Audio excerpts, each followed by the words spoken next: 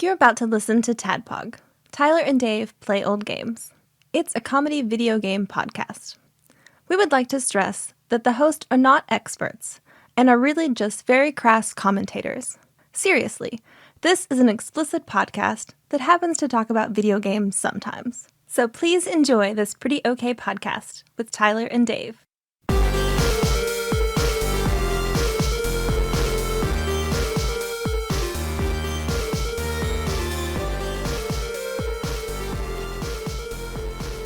Hello, Internet, and welcome to another We're All in Different Places for Each Other's Safety recording of the TADPOG podcast. It's a little homespun artisanal show where three old guys, we'll talk about old games.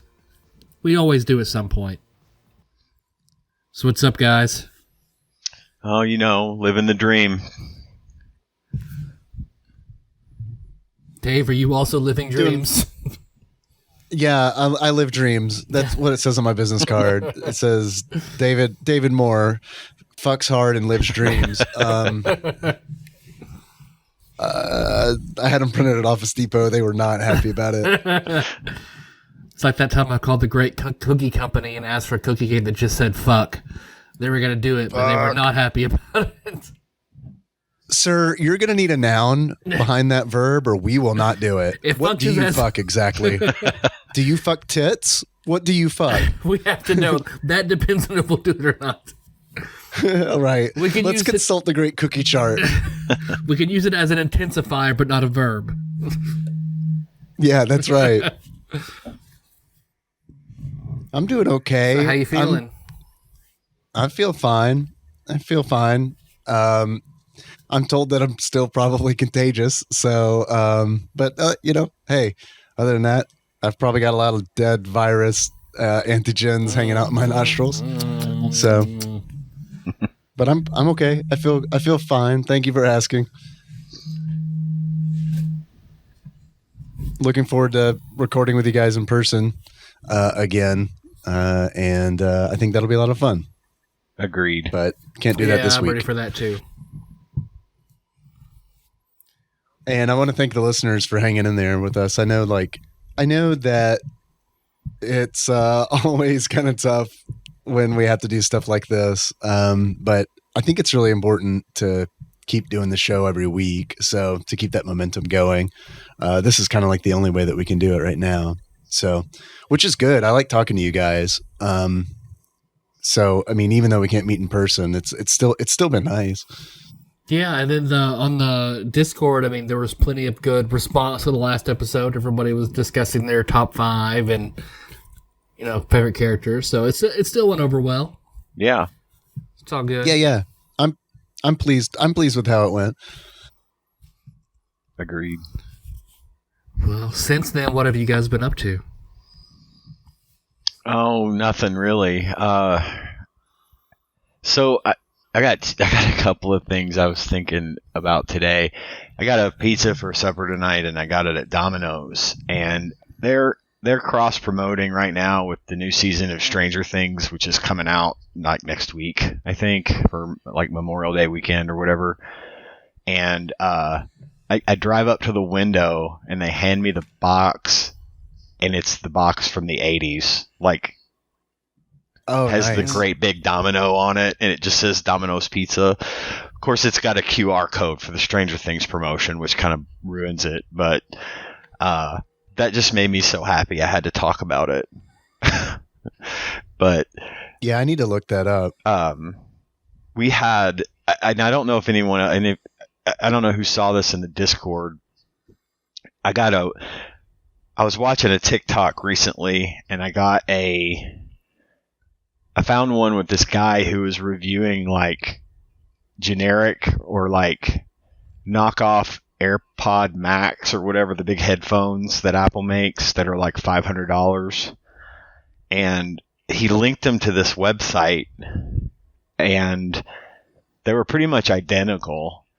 And so I got on the website and I saw where they had these AirPod 3, an AirPod 3 with this like charging case and stuff. It's like, they're like $269 normally. They had these listed for $27. And I thought, okay, all I've got to lose by trying to buy these things is $27. So I went ahead and I ordered them.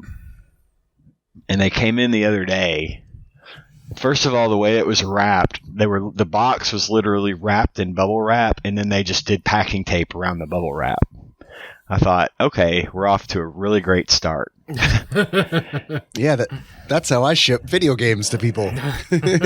Inside the wrapper, once I finally got it off, is this teal green box. And for anyone that's on the Discord, if you scroll up in the general chat and honk channel, you'll see the box. It says on it T200 auto power on, auto pairing 5.0, with the picture of the most awful looking AirPods, like earbuds I've ever seen in my life. Just, there's actually a digital readout on the case showing, like, you know, the amount of battery power it has and stuff. It's just, they're awful, right? So I'm like, that's what I thought. I knew it. I opened the box, and inside the box is another box. This box is white, and it says AirPods on it. And I took it out and looked. It is a pair of Apple AirPods. They're real. Like, they have serial number and everything. And they're like sealed in an Apple box the way that they would be normally. And I'm like, what the hell? Those fell off a truck somewhere. Yeah. I'm like, what the hell? I open them up. They pair up to my phone. They register as AirPods. They're like actual AirPods. And so I posted the pictures of them in the Discord, and somebody, and forgive me, whoever you are that said that, I'm too lazy to go back and look.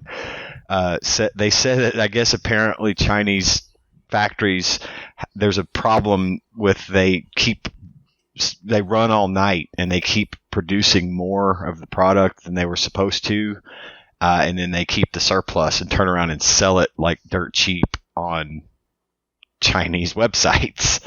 Oh shit! And he said they're probably actual AirPods. For $27, I am, I don't think they fell off a truck. I think there's probably some questionable legalities here, but it's China, so they're not going to exactly go try to shut down the website, I don't reckon, because I feel like this has been going on a long time. But it's pretty fucking sweet. So now I'm just telling our audience this story because I'm telling everybody this story because this is the first time I've felt genuine surprise in a very long time. Yeah. Not since everyone gifted you that record. Oh, well, there's that. I forgot about that. That was more of a surprise because I didn't have a clue that it was coming. All I did for the 10 days, though, after I ordered them, was like, God, I know it's only $27, but that was stupid. I could have put gas in my truck, whatever. But then they came, and I was like, oh, okay, I'm good.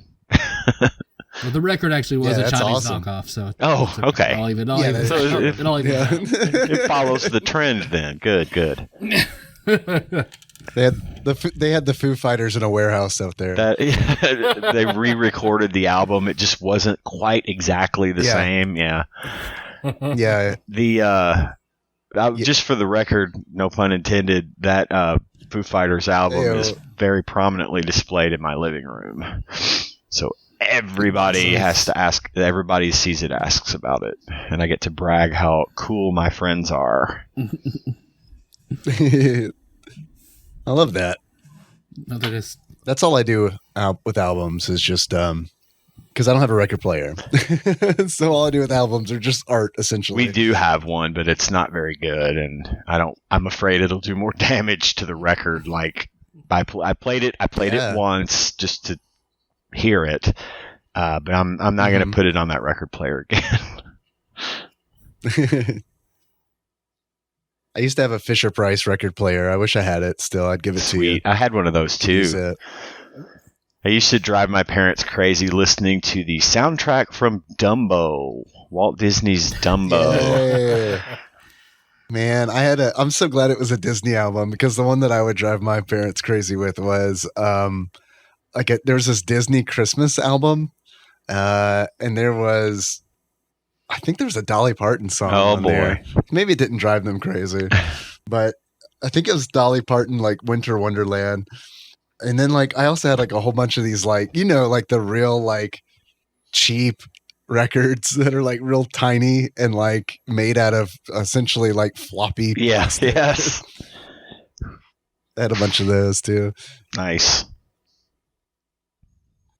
No, but I'm very happy you got excited to pay a lot more for the AirPods about the girls. That's pretty awesome. Yeah, I could give you the site. I was about to say. I actually linked it on the general chat and the Discord, but maybe we can put it in the show notes. Hell, I don't care. I mean, it's not a secret apparently, because somebody else, and again, I apologize for not remembering who I was talking to. I'm old and I forget things, but I linked the site, and it's called dhgate.com or something, and I linked it, and the guy's like, "Oh yeah, I bought stuff off of there instead of eBay."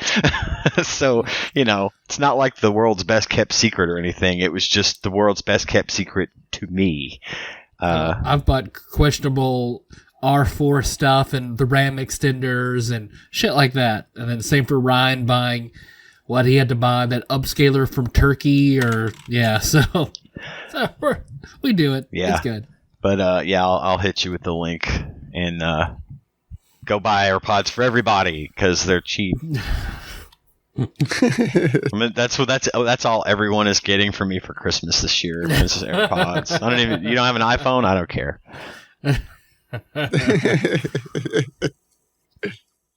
What about you, Dave? What have you been up to in your room? Well, in my room, I stopped playing Rogue Legacy 2. I know we talked about that last week. Mm-hmm. So I kind of when I put that down, and I was like, man, I got to play something else. And I picked up my Vita, and I was like, what do I have on here?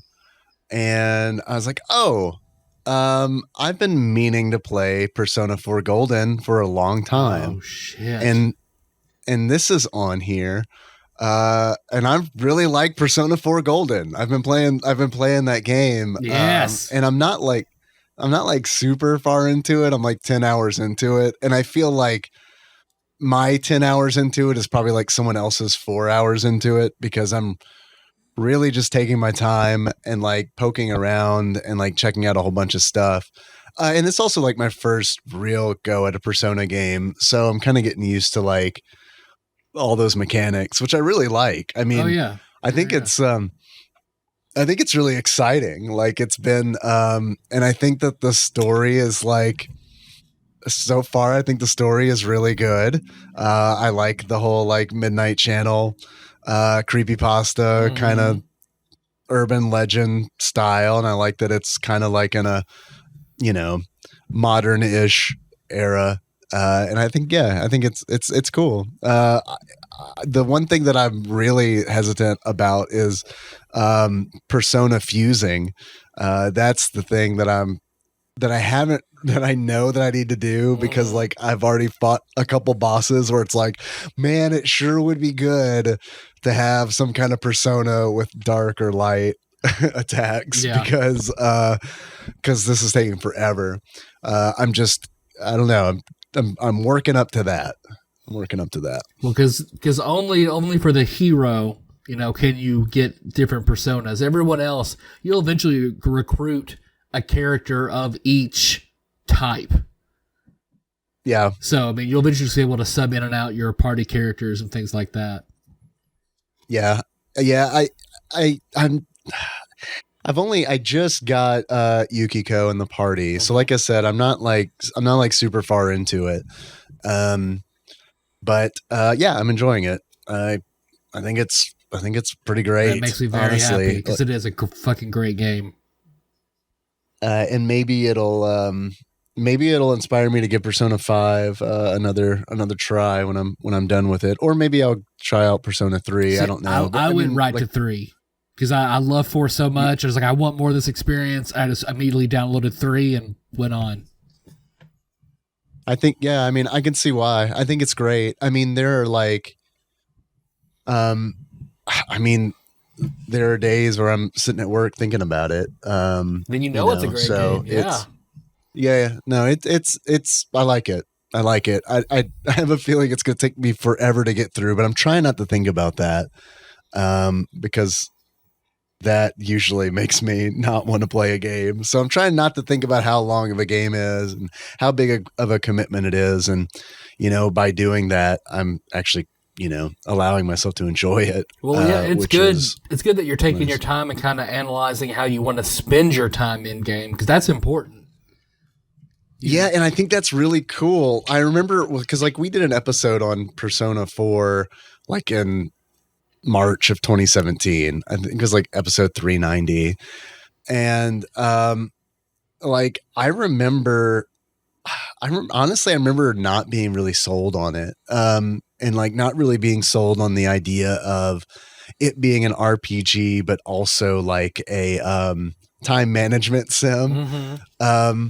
But in practice, I really like that a lot, because it feels like there's always something going on in the game. Yep. And that's what I like a lot about it. It's tough for me to put it down because it's there's just one more little thing I can do. There's new books in the bookstore today. Let me go see what books are in the bookstore. And then that kind of leads to the next thing. And then all of a sudden it's I need to go rescue Yukiko or she's going to die. and the game's going to end. And I think that's neat too. I think that it's really cool that the game can end, not because all of the characters in your party have their hit points reduced to 0, but it's because you just you just didn't do the thing you were supposed to do, you were, and the game's pretty fair about telling you, hey, you need to do this. Yep. Don't forget, you need to do this. So I think that's really cool. It's I like it a lot. I think so far it's been really, really enjoyable. See, I'm glad it sounds like you play it like I do, because I want to do as much side shit as I can to be as strong as I can before I go do the thing you're supposed to do. Whenever I play, that's how I do it. I think to me, that makes sense. When I played Persona 5, you can connect to the Thieves Network and you can basically pull up what did other players do on this day.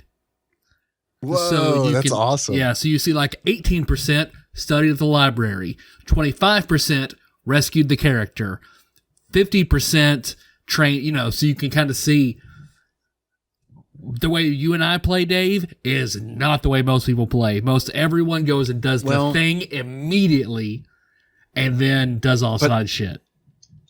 I get that. I mean, I get that. And, because the way I do things at work is I do the most urgent thing first. But I guess I don't do Persona like that because at work, I feel I'm pretty competent. I can do this urgent thing without having to train for it. Mm-hmm. But yeah, in Persona, it definitely feels I got to be as strong as I possibly can be before I go and do this. And but then again, with rescuing Yukiko, I knew that I had to rescue her essentially before the fog came. And they give you and the fog comes after several days of raining. So the first day it started raining, I was I better go check this out. And I think the characters are also kind of your comrades are also hey, maybe we should I don't know, just check it out. And Yeah. I'm glad they did because I went in there and I was oh, I have to do 8 floors of a dungeon before I could even rescue her. Yep. So it's and what's nice about that is it's knowing that early on was oh man, I'm glad I just didn't try to do this all in one sitting because it would have been impossible. I'd run out of resources, So it's cool. I really like it. I wish that I would have I wish I would have checked it out earlier, honestly. But no, I love that you did. I'm so excited. I'm so excited to talk to you about it when you're ready to talk about any part of it. Yeah, I mean, look, I'm down to talk about what I assume is the first 10% of the game. If you are, well, I feel like I need to get myself a PlayStation or something so I can be in on. Hell this, yeah, you do. I don't think that's like strictly Sony, right? You can borrow my Vita. I haven't touched it in forever. You can borrow my Vita. It's all already digitally on there, 3 and 4. Oh, all right. I would take him up on that. I mean, I personally wouldn't because I hate borrowing hardware. But I'm not terribly fond of it myself, but maybe I will. I don't know if this will help you or not, but it looks like the Persona 4 Golden is on Steam as well. Oh, okay. But yeah, it's so good. I was checking to see if it maybe got like a Switch release or something I didn't realize, but no, it doesn't look like it. Just PlayStation 2, Vita, and Windows. But yeah, I think it's great. I mean, really, I think it's great. I hope that it continues to be great. The only thing I can really imagine kind of throwing me off is if it gets repetitive. That's the only thing I worry about. There are always enough. There are always enough characters and bonds and dungeons that you're always doing something different. I mean, you're good because there'll be enough like, okay, who do I want to advance this story with? And there's, but you can always look like what rewards do it. You can always prioritize, who you like the most, or look and see what you get at what levels and what relationships you want to focus on first, but. There's always. Awesome. I never found it to be repetitive. You may be doing similar things, but they're all different enough that it always felt good and fresh and exciting. And I was ready to see what I was going to do the next day. Awesome! I'm so glad to hear that. And I mean, I'm honestly like really surprised at how much I like the. You were talking about the bonds. Like I love doing that stuff, and it doesn't feel. What I expected it to feel like, I expected it to feel like a dating sim. And it really doesn't. Like a lot of times in dating sims, I don't like that it feels like you are just manipulating the other person. Do you know what I mean? Like it feels like, oh, this is what they want to hear. So I'm going to say what they want to hear. It doesn't feel like that to me in Persona because like so far it's all been very wholesome where it's like, hey, I'll help you clean up after soccer practice. And then the person's like, oh, that's very kind of you. Thank you. And then your relationship grows. And it's like, fuck yeah, this is what it's about, man. Just be fucking nice to each other. That's all you need to do. And pretty much. I mean, so far that's great. Although it's like, man, it's wild because like I'm in 2 clubs, of course. I'm in the soccer club. That's what I did. Which I chose just based on, I did the tour, right? And I just chose based on the character designs. And I was like, that guy looks stronger. I want him. So I went soccer. And then I went band for the cultural club. And the only reason I went band is because I was in band in high school. Mm-hmm. I assumed when I had a choice, because you choose between band and drama, I was like, I know Tyler went drama. I did. For sure. I did. Yeah. And I was going to text you and say as much, but I wanted it to be a surprise for recording. Yeah, love it. Yeah. So it's been good. I'm really looking forward to getting back into it tonight. I will say one thing about it, and that is the music is great. Mm-hmm. The music is great. I'm surprised how good it is because it's kind of like, it's poppy, and like, it is it's like modern. Those songs and it's modern and it like they're stuck in my head. I'll be like at work or something and I'll be humming like just the town music or something. And it's great. My only complaint is like, I like the music for the Velvet Room. Oh, but it's also like, I have to turn it down because it's not poppy at all. It's just this like woman, like chorus, like this female chorus, and it's like those high notes get like really loud, and it's like, okay, I got to turn this down like a couple notches. I'm still trying to work out how to do a Persona D&D game, because I think it would be super fun to do like the normal everyday, like real world. Everybody has Call of Cthulhu character sheets, and we run it based on real life low powered skills. And then like if you're in the Midnight Channel, well, that's when you pull out a D&D character sheet. So your persona is that class that you are, and you would control the fantastical D&D character. I think that's cool. I'm glad that you mentioned that, because like I wanted to ask you if like some of your ideas for Subspace in the Scott Pilgrim game were based on the TV world and Persona 4, just because it's like, in Persona 4, like, and I'm probably in the other Persona games too, I don't know, but like before each character gets their persona, they have to like face a side of themselves that they don't like. And to me, that was reminiscent to the actual play that you're running right now. Yeah, I think it may have been like that unintentionally, because like the Scott Pilgrim canon information on Subspace does it just naturally has a lot of similarities to the Persona world. Yeah. So yeah, it wasn't actually my intention, but I mean maybe subconsciously, it did, and then just the similarities came out. It's not a criticism by any means. I like that aspect in your game, but and maybe because of that game, because of the Scott Pilgrim game, it's I don't know. It maybe put me in a mindset to really enjoy Persona 4 Golden and like enjoy the TV world and all that. I will say that this has to exist. But if there is not like a DeviantArt version of Teddy from Persona 4 Golden as Peter Griffin, I will eat this. I will eat this Magic 8 Ball in front of me, because like the moment I saw him, I was like, that bear looks like Peter Griffin. Well, don't look it up, because I'm afraid you might see a spoiler. Oh, okay. Involving I'm Teddy. glad you said that. Let me look at DeviantArt. Griffin and Family Guy crossover. He becomes Brian. Oh, so close. The only thing I don't like about the Persona series is how they do the games. So like there was a Persona 4, and then like a year later they released Persona 4 Golden.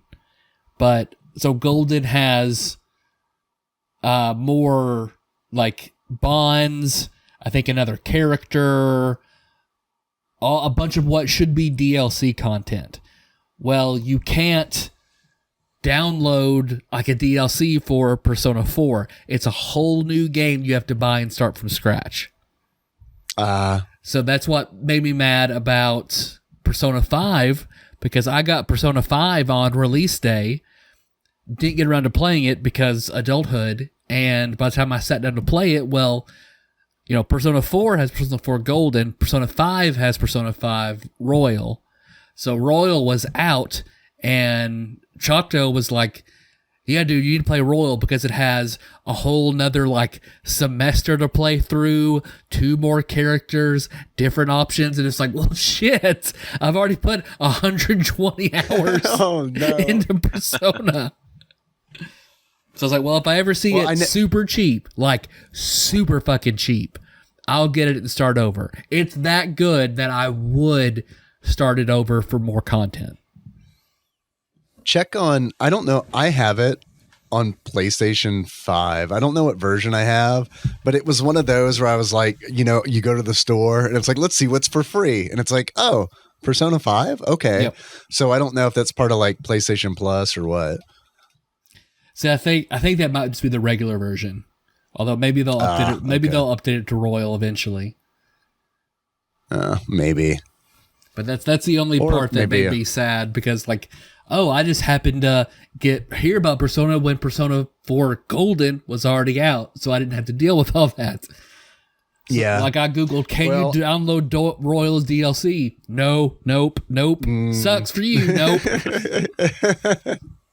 Well, I don't know if Persona 5 is as good as Persona 4 is. Like if then I might just buy it because I mean, I really like it. I think it's like really respectful to players' like intelligence and because there are times like there are so many RPGs I've played where it's like the what kind of irony is it where it's like the characters in the play don't know what's going on but the entire audience does. I can't remember what is that dramatic irony. Like I feel like in a lot of RPGs I play, it's always like that. It's always like, well, I know what's going on, but everybody in this game's a fucking idiot because it's like it's so obvious. But in Persona 4, I love it because it's like a thought will pop in my mind, and then like 2 seconds later, one of the characters is saying that thought, and it's like, hell yeah, nice. That's good. That's good writing. I like that. I like that they're not dumbing it down. I mean, and that's not to say that it's a stuffy RPG. It's not by any means, but I mean, it just feels like it's really well thought out and well written. And it's like, there are moments in the game already that it's like, there's a lot of heart to it. Like, I mean, when, like I just did a segment where, Yukiko goes to the TV world, I guess, for the first time and gets her glasses because like the characters, when they go into the TV world, have to wear these glasses so that they can see. And like, she has this laughing fit because Teddy, the Peter Griffin of TV world, has made these like glasses that don't work. And they're essentially like the big nose and mustache glasses, you know? And like she like just starts cracking up, and then like Chie wears them and she looks ridiculous.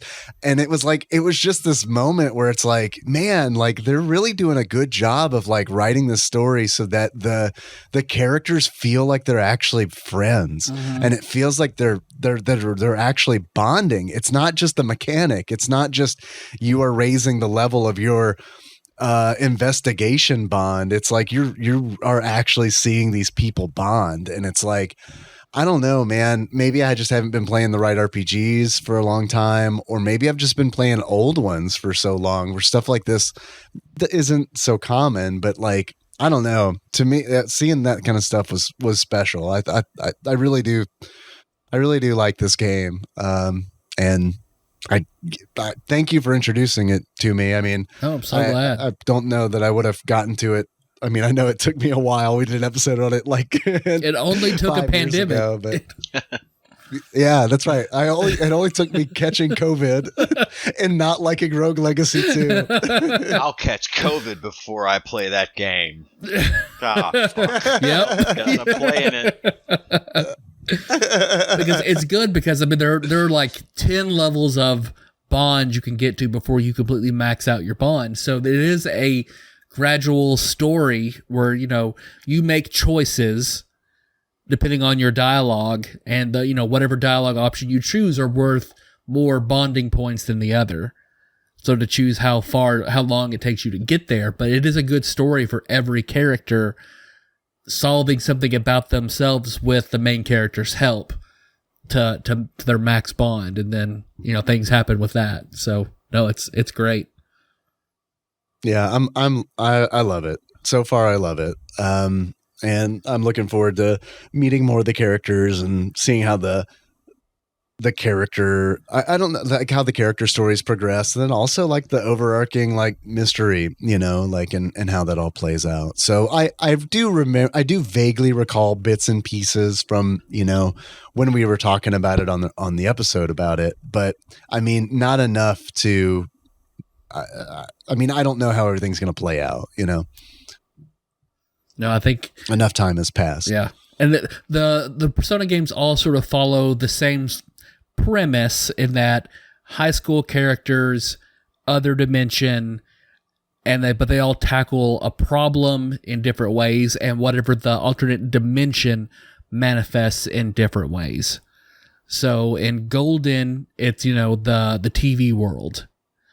In 3, it's the midnight hour, to where there's actually a 25th hour in every day, but the whole world doesn't realize it's there because they all fall except unconscious. for Elon Musk. Except for Elon Musk. Elon Musk. He's the only one who has access to it. Makes sense. He's a big character in Persona 5. The Elon Musk. So, but your characters can access the world in that 25th hour.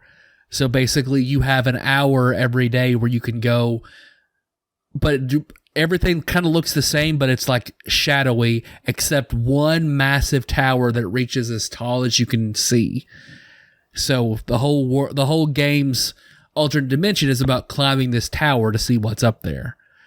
And then, of course, in Persona 5, it's finding these palaces, the alternate dimension where these different people, something has happened to them mentally to where their personality and their issues and their struggles have manifested a huge palace that you have to go explore and break down in order to do something with them. So they take a similar thread and do it creatively and differently enough that I love every Persona game I've played. 3, 4, and 5 are all so great.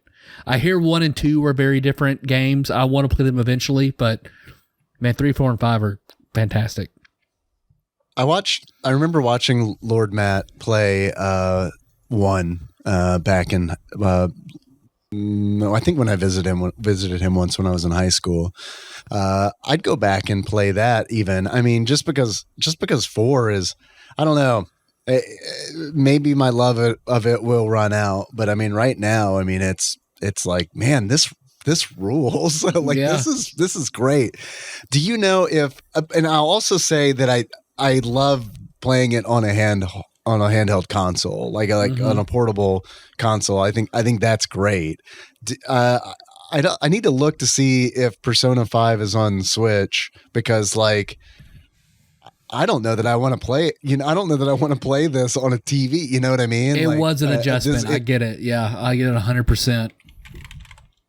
Because it is so nice. That's part of it, man. It's so nice to just like lie on this air mattress and play, and you just pop out the Vita, and it's like, the Vita looks great. The battery life on it is fantastic. I mean, it's just like, I don't know. I wish there was more out for the Vita. I know that's ridiculous to say in 2022. I feel like I'm echoing what you said, 5 years ago, but like, I don't know. It's a great little system.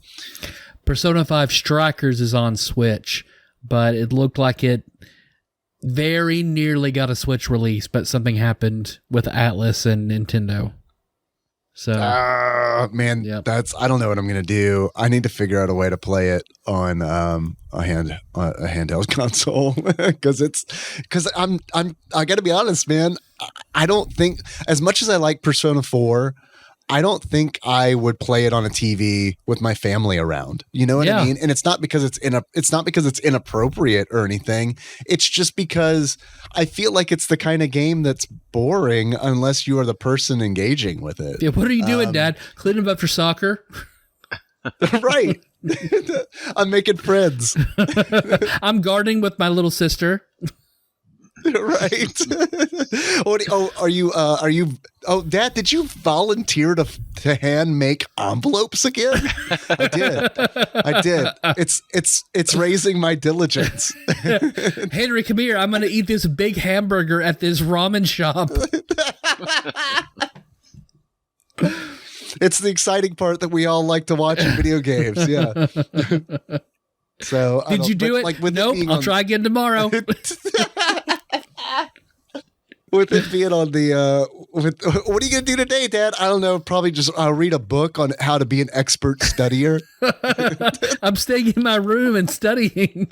Finals are coming up, It's Golden Week. Are we going to go to Junez or not? You know that jingle, don't you? Sing it, son.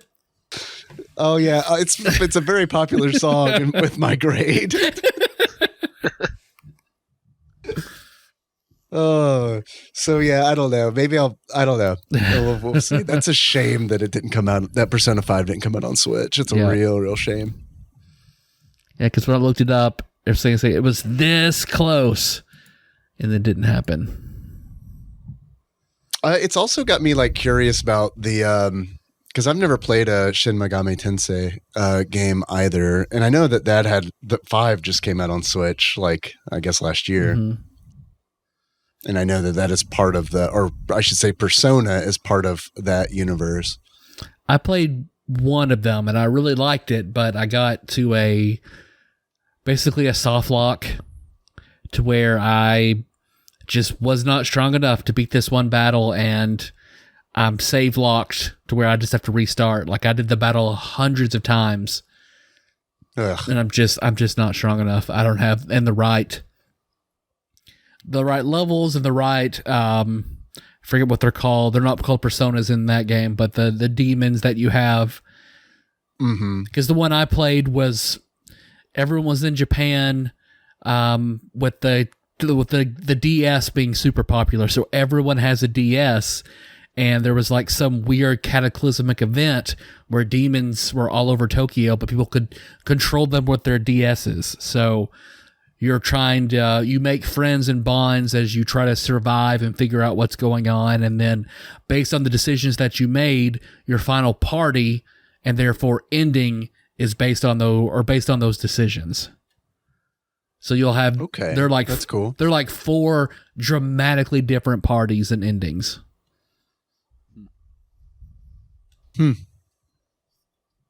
So I mean, I think I ended up buying. I own 4 and 5, but I haven't touched them. I think it's 3 that I played for DS. I got 4, haven't touched it, and bought 5 and haven't touched it. Maybe I'll get to those. But yeah, I mean, I guess I'll get done with 4 first. Like I said, I mean, I'm like just barely I'm barely into it, but I'm just taking it slow, and it's probably just going to be a game that I play while I play other games, on the side kind of deal. Like I played Demeo last night. I don't know, are you guys familiar with this game, Demeo? No. It's like it's like an RPG dungeon crawler, but it is like miniature based. So it's like a 4-player co-op game. I played last night with Big Dick Pie Baker, Chris Vaughn, and Slim from Discord, and Aaron, and it's this. We all played in VR. You don't have to play in VR. There's like a desktop Windows version as well. That works cross-platform. It's on the Quest store as well, and it's a cooperative adventure dungeon crawler where you each pick a class, and then those classes have abilities. It feels a lot like I don't want to. I like Hero Quest. Like Hero Quest is like the old like board game that's kind of like D&D like. To me, it feels like that a lot. And they've got like 3 adventures out currently, with like more on the way. With like 5 character classes out, with more on the way. And there's like the card element to it as well. Like instead of gaining experience points, you gain cards, and like the cards have different abilities. Like one card could be like a healing potion. Another card could be like a class ability. Like, I was playing as an assassin, and like one of the cards that I got was, called Coin Flip. And it's like you play the coin flip card, and then like a coin appears and you grab it, with your little VR hand, and then you throw it. And then like if it comes up heads, you instantly kill whatever enemy you've targeted. And if it comes up, tails, then you do 0 damage. So it's cool. I like it. I'm looking forward to playing more of it. It's a battery drain on the Oculus for sure, because like we played for like a little over 3 hours last night, and like I had to like plug my headset into the wall, because it was draining. And then eventually it was draining faster than it could charge. So I dropped. I dropped before we could finish the adventure. Well, it sounds. I mean, it sounds good. Yeah, it's like $30. So it's not even like a full full AAA title by any means. I'd recommend it, honestly. But I think it's important that you have people that you can play it with. It definitely feels like one of those kinds of games, because they had played previously with 3 people. And I think it might have just been that group of 3. And they mentioned that like how big of a difference it makes having a 4th person. So, but yeah, it was a lot of fun. So I need to get back in and doing some stuff with the Oculus. I really haven't since I bought it. It's just the girls have had it. But I do want to take that boxing game. I go over to play with my dad. Thrill of the fight. Yeah, he would love it. I told my dad about it, and like knowing that he would love it too. He seemed really interested in it too. Although like he was over maybe a month ago, and it was hilarious because Ring Fit was kicking his ass.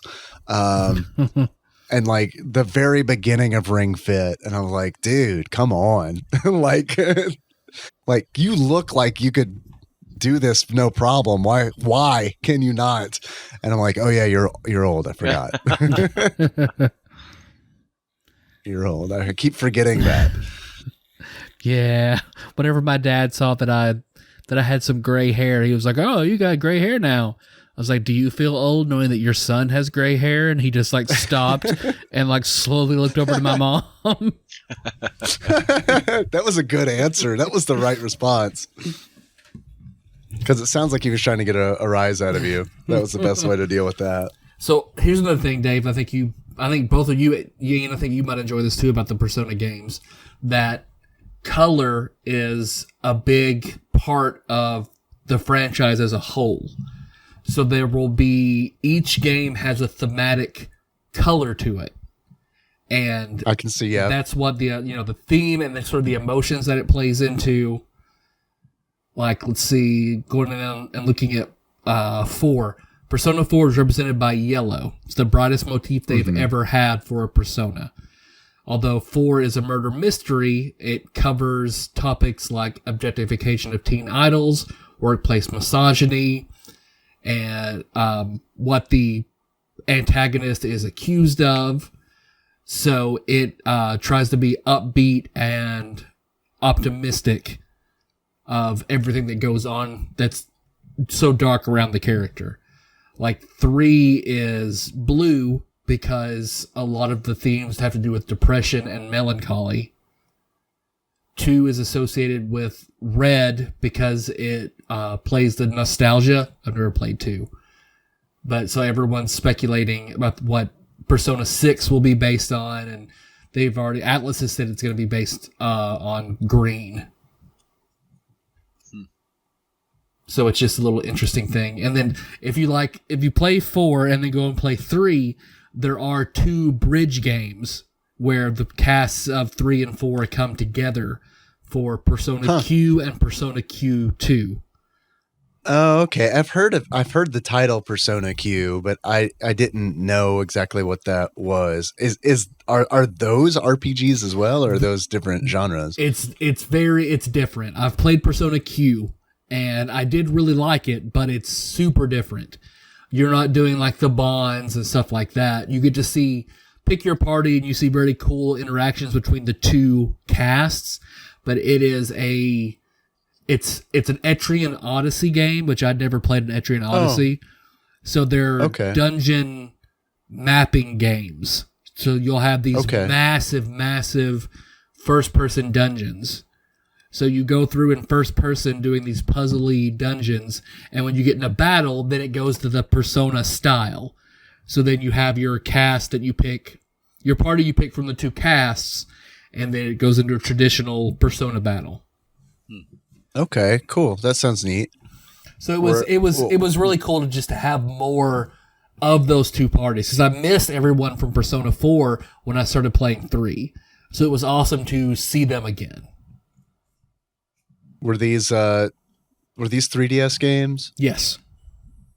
Yeah, it makes sense because I know like Etrian Odyssey's on 3DS, and like having that second screen for a map and like a first person dungeon crawler like that is like a godsend. Yep. So I'm glad to hear that it was on on the 3DS. Yeah, because you have to make notes and routes and kind of see what you're going to do, where you're going to go, and it was super interesting. Cool. I didn't finish it. It got super difficult, and I got busy, but I did like it. Well, all of this kind of ties into something I've been reading. I started reading a guide to Japanese role-playing games by Kurt Kalata. He's the founder of Hardcore Gaming 101. And it's like a book that it's pretty recent, and it's pretty amazing. It's a huge book. It's like 650 pages. And it covers like the entire history of Japanese role-playing games from like 1982 to 2020. And I'm like about 80 pages into it. And it's really interesting. And it's like, you know, they go over like, or he's going over like PC Japanese role-playing games as well, you know. So it's like I'm learning about games that like I'd never even heard of, and like some of them got like ports to Super Famicom and Famicom and stuff like that, like Emerald Dragon and La Place No Ma, which is like, I think SNES did a video on that one where it is like this Lovecraftian horror role-playing game on the Super Famicom. That looks really neat. So there's some cool stuff out there. I've really been enjoying that book. It's great. If anybody's looking for something to read, highly recommend. No, that does sound good.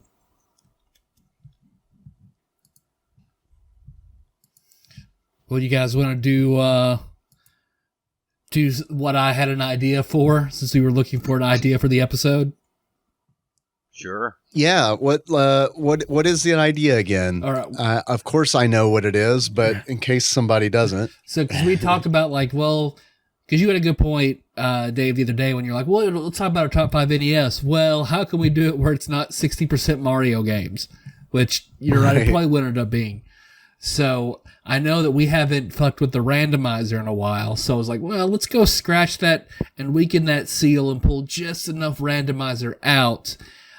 Because I really enjoyed us taking, our favorite, taking our top 5 favorite video game characters, because they were all very different, and kind of discussing why they were our favorite, talking about our favorite things.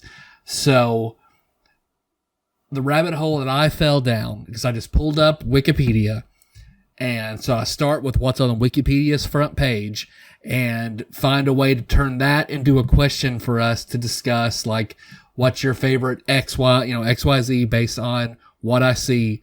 Click on that, find whatever link looks interesting in that page, click on that, and every page I fall down further in Wikipedia that is more and more random, and a wildly different topic gets us a wildly different question to discuss. Because I think everybody's, they like the games, they like the role playing, but I think they also just like it when we shoot the shit, talk about us, they get to know our opinions and what we, some things we like, and it spurs good discussion like in other groups. So we'll find out. Well, yeah, we'll see. But I mean, I like it. So I mean, this is like a Wikipedia champagne fountain, it sounds like. Yeah. So when I pulled up Wikipedia, I was like, okay, what's today's featured article? Well, it's about a man named Genocide. You're close. Let's have a witty discussion. Oh no. Edward Frankel. All right, guys, what's your favorite genocide? He was a German classical scholar who was assimilated into a family of Jews in Germany, and then he left in 1934 whenever there was anti-Semitic legislation. So I click on his article, and from there it's like, okay, well, most prominent thing on this that catches my attention, the Nazi Party. So all right, levity. Finally, some levity in this podcast. So what is everybody's favorite movie where the Nazis are the enemy? I got this one. I can guess what Ian's is. It's one of 3 movies. All right, what's your first guess? And then I get to say. I'll say if you're right. Raiders. I was gonna say Last Crusade, but Raiders is I don't know. I can't decide. Well, you're both wrong. So it's Inglorious Bastards. So that's mine. That's mine. Love that movie. Watched it just the other day, actually. Really dig it. My favorite scene. First of all, Brad Pitt is Chef's Kiss in that movie. Lieutenant Aldo Rain. My favorite scene in the movie is the bar scene where they're in the basement. Yeah. And the dude makes I'm not going to spoil it for anyone that hasn't seen it. The dude makes a terrible mistake. He's pretending to be German. He's pretending to be a German soldier, and he's trying to play it off to this other German soldier who's actually a German soldier and is being all up in his face. And he pulls it off until he makes one fatal mistake, and the whole thing goes to shit. Great movie. And I think also just because...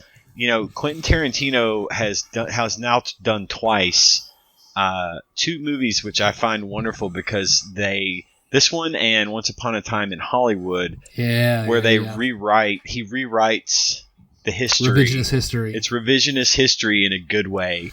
The thing that Once Upon a Time in Hollywood is centered around ends differently than it does in real life, and that's what happens here. And I love it. I love the movie. I think, oh my God, now I feel horrible for not remembering his name. The other guy that was in this that I love, Christoph Waltz. Brilliant in this movie. He was also in Django Unchained, which is another excellent Quentin Tarantino movie for anyone who hasn't seen it. Just all around, that's my favorite movie where the Nazis are the bad guys. I read the other day that Quentin Tarantino almost scrapped that movie because he couldn't find someone to be the villain until, on the last day when he was about to give up, Christoph Waltz came in. I almost said waltzed in. Waltz. It could be like this guy. I like that. All right, the movie's on. When waltzed in. Well, they couldn't have gotten someone better. I mean, really. Oh, yeah, that was kismet, as they say. Dave, what about you? I mean, I had to really think because, I can't name a lot of movies that I've watched that have Nazis in them, I guess, which is weird, right? Because it seems like there's got to be a billion of them, but none really leapt to my mind, except for Inglourious Bastards, of course, and then a few Indiana Jones movies. But I'm going to go with Hellboy from 2004. All right, there you go. That's good. That's good. Because I love that movie, and I love that. I love that the villain in that movie with I can't remember his name, but he's wearing the gas mask and he's essentially got the Baraka knife hands. And gosh, it's been so long since I saw that. Yeah, it's been a long time since I've seen it too. I got to rewatch that. Man, so good though. You're right. And I also thought about Captain America: The First Avenger because I did really enjoy that too. That's a good example. Yes. Because it's like somehow, the Red Skulls branch off of the Nazi, the Nazi party or whatever is worse. Yeah. Hydra's even worse. Yeah, Hydra somehow manages to be worse than Hitler and the Nazis. So from the Nazi party Wikipedia, which let me hit forward so I can watch my rabbit hole. And I was scrolling through that. I was like, what stands out to me? Okay, something called the Brown House. So I click on the Brown House. And that turns out that is a big mansion in Munich that was the party headquarters for the Nazis. I was like, Well, from there, I hit Munich. Munich is known for its beer and breweries. So what is everyone's favorite beer? Well, I'm pretty easy on that front. I do have a couple. It depends on the mood, really, for me, or the season, even. My general go-to all-around, drink it pretty much anytime beer is Miller Lite. I like it the most.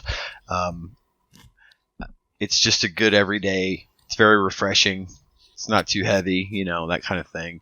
But on the complete opposites of that spectrum, I love Guinness. I think that's a really good dark beer, and I will tend to gravitate towards that more in the winter months. Because I'm not a beer drinker. I mean, I've tried various beers. They all just sort of taste like ashtray water to me. The only one that I tried, it was like, okay, this tastes different enough, and I don't totally hate it. I agree, is also Guinness. That's the only one I've ever had that, okay, that's different. And then I was surprised the other night, Dave, when you were hanging out, like I haven't seen Melissa have a beer probably, once in my entire life.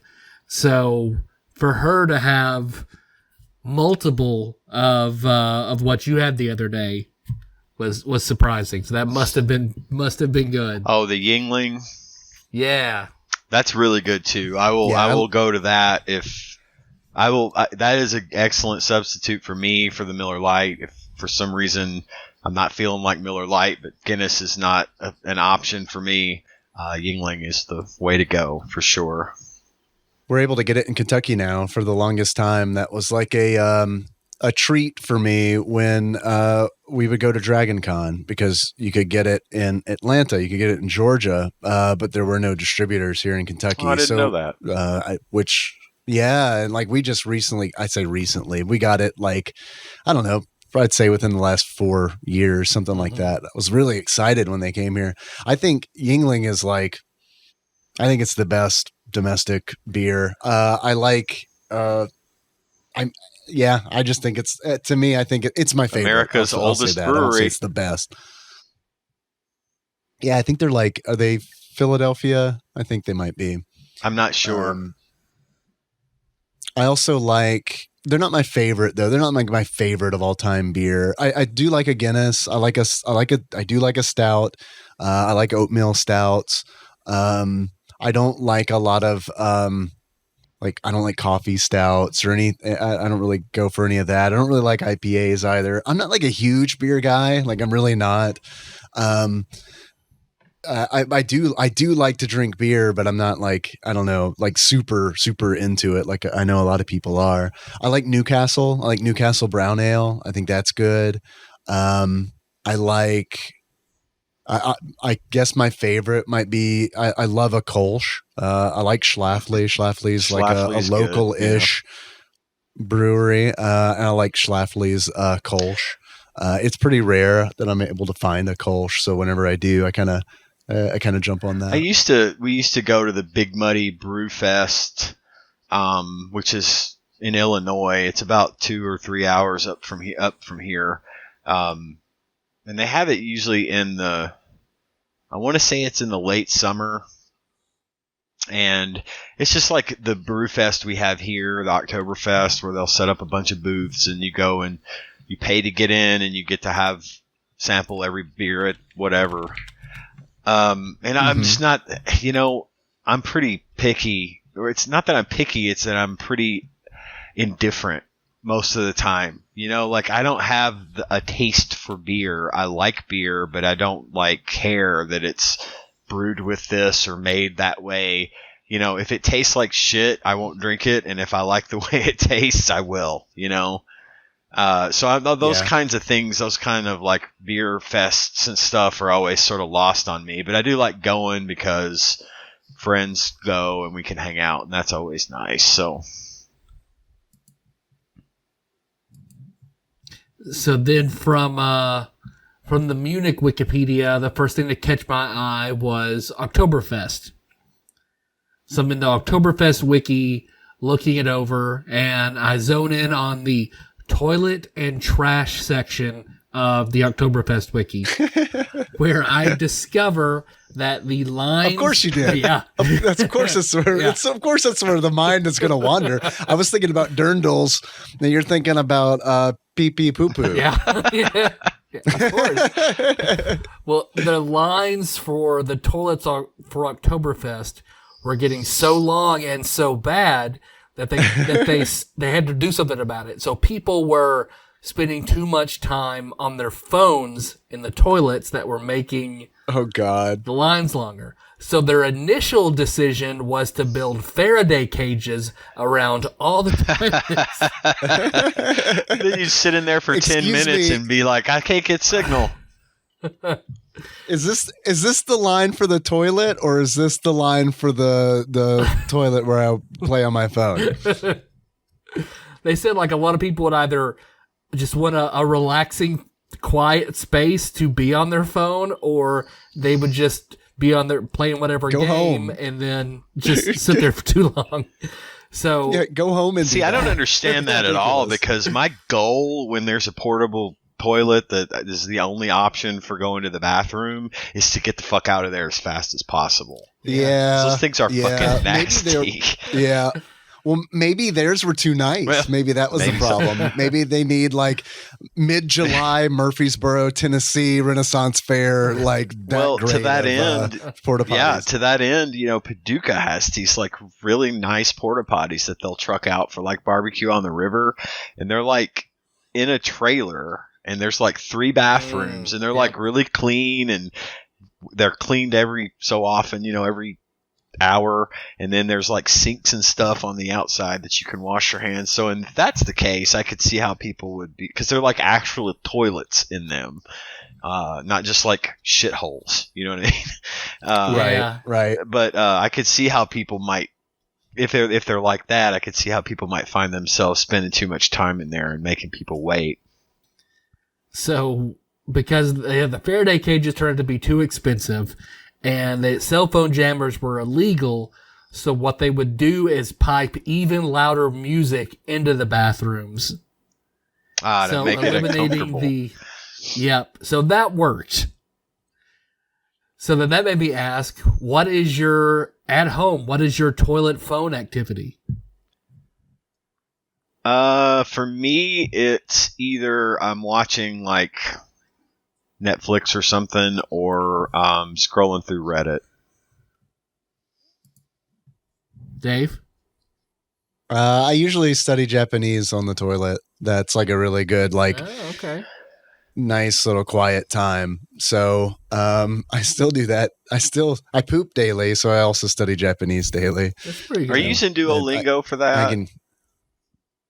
Well, I'm using a bunch of stuff. I can get into that. I can get into it if you want. Well, I had done some research on it and found that people say that Duolingo's not great because it doesn't focus enough on speaking, and then you've got Rocket Japanese and Japanese Pod, but they're real expensive. And I was just curious what you were doing with that. So, my philosophy is that I don't want to learn from one single source, because I feel like there's no one perfect source. I also try to keep realistic expectations of what I can actually learn on my own. So I'm like a year in, like I just hit a year of studying, and I do it every day. I try to do at least 20 minutes a day, sometimes an hour. There have been times like during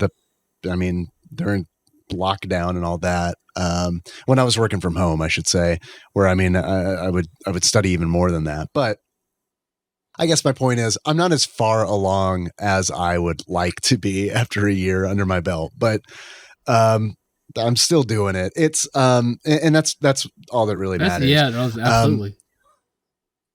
And yeah, I'm still enjoying it, and it's it's a thing. I don't know if I ever told you guys why I started doing it. Henry in kindergarten, he would have to do homework, and part of his homework was he would have to learn sight words. So I told him that I would learn some sight words too, but since I already know English, that I would learn them in a language that I don't know. And, you know, I watch anime and I play Japanese video games. And honestly, like one of my big goals through like learning the language is I want to be able to play some old Japanese retro video games, and I want to be able to read it. I want to be able to read the game, or at least get the gist of the game, and play stuff that I normally wouldn't be able to play. Are you focusing more on the reading, or are you learning to trying to learn to understand and speak, or a little bit of everything? I'm trying to a little bit of everything, but a focus on reading. So I am using Duolingo. I'm also using a site called Wanikani for kanji. I'm using that to study kanji. I learned hiragana and katakana on a site called Tofugo. And Tofugo is like you can learn hiragana and katakana for free. They've got these like really good mnemonic devices. And then I've got there are like free like flashcard apps that you can download for hiragana and katakana. And I've used those like when I was flying to Vegas and didn't have like phone service. I just did like, just for giggles, I just did katakana and hiragana flashcards for an hour. I mean, and then I use Boon Pro for grammar. And Boon Pro is really cool because it kind of aggregates a lot of different sources. So it'll ask you if you want to learn through textbooks or if you want to learn through like online resources. And I thought about going the textbook route, but like the problem with like a lot of the textbooks is that they really are made for like a classroom setting and requires a teacher to like, you know, check work and stuff like that. And it's like, I don't think that's going to work for me. So I went the online route, and they do like, there's like Taikim is a site online that has like a lot of Japanese grammar stuff. There's a lot of like really good Japanese YouTube channels. Japanese Ammo with Misa is really good. Dogen is really good for like pronunciation and stuff like that. Yuta is really good. He's this Japanese guy who teaches Japanese, and he kind of does it through like anime references and stuff like that. Okay. So I try to use a whole bunch of different stuff. Tyler, you got every single one of those things he just said for the show notes, right? Absolutely. Okay, I figured. I can send them to you if you want. It's I mean, I don't know. It kind of feels like I remember getting the Rosetta Stone, like Japanese CDs or whatever, and like the early 2000s, and feeling like this is impossible. But like now I feel like it's way easier to like at least have resources, because it's like back then I didn't feel like there were enough resources. Now it feels like, okay, there are so many resources. I just need to figure out which ones are, you know, going to be the most effective for me. Okay. Tyler, what about you? Yeah. What do you do on the toilet? Most of the time it's TikTok. I do a little bit of TikTok as well. I left that one out of mine. So TikTok the most, but I do enjoy, it's an old ass phone game that's had tons of recreations called Alchemy. So Alchemy is just, it's a simple puzzle game to where they give you, it starts with just a bunch of like elements. You combine the elements and it gives you something else. Combine like, you know, water and fire and you get steam. Combine earth and water, you get mud. Combine like steam and mud and you get something else. And you build and build and build and then keep combining these different products that you eventually get up to. You're building robots and spaceships and stuff like that. You're picking from all these various elements that you just smash together. Huh. And it's always fun to try and figure out what the logic is to get to the next thing. I may have to try that one. So it's a fun little, 2-minute thing you just turn on, turn off. And it, maintains your progress and whatever elements are on the board that you move around and combine together. So from the Toilet and Trash Wiki of Oktoberfest, I clicked on the Faraday Cage, and I'm looking over the Faraday Cage Wiki, and at the bottom, there's a footnote talking about physicist Kevin Evans. Wait, I'm sorry. I'll dial back. It was Kevin Kevins, I believe is what that is. Physicist Austin Kevin Richards created a Faraday suit that he calls Dr. Megavolt, and it can repel Tesla coil blasts. And he uses it as a performance piece at Burning Man. Okay. So that took me to the Burning Man wiki. So what's your favorite event that you've ever attended? Well, I've never been to like a music festival. I had a chance to go to one. But it was the year that the pandemic started. It was, I think it was called Louder Than Life, and Metallica was going to be playing all 3 nights in addition to, all these other really great bands. And we, of course, didn't get to go because they canceled it from the pandemic and all that. They took a break from suing everybody to play music. It's pretty nice. Yeah. It's pretty nice. Honestly, the closest I've ever come to doing anything, I mean, I've been to concerts and stuff, but the closest I've ever come to any sort of like event is prom, is the Louisville Arcade Expo. Mm. And that's always my favorite time of the year when we can actually do it. You've been to some awesome concerts, though. I've been to a few. I've been to Guns N' Roses, Metallica. I'm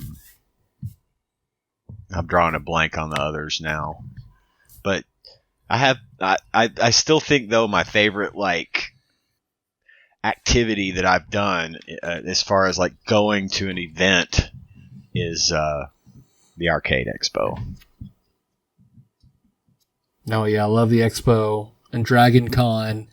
I loved seeing the Comedians of Comedy back when they came out, seeing Patton Oswalt and Brian Posehn and Maria Bamford. I love that I got to see Mitch Hedberg before he died, seeing Nice. Mitch Hedberg at Zanies.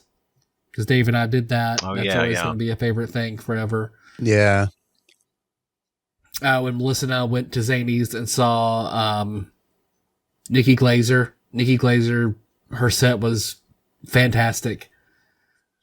So it's hard to choose from one of those. Definitely all of those. What about you, Dave? I got COVID from that Chris Rock show. Oh, yeah. So, I mean, Chris Rock gave I got Dave that- COVID. I got- Hashtag. I got that going for me. I think the hashtag goes first. Otherwise, it's algebra, I think. I'm not positive.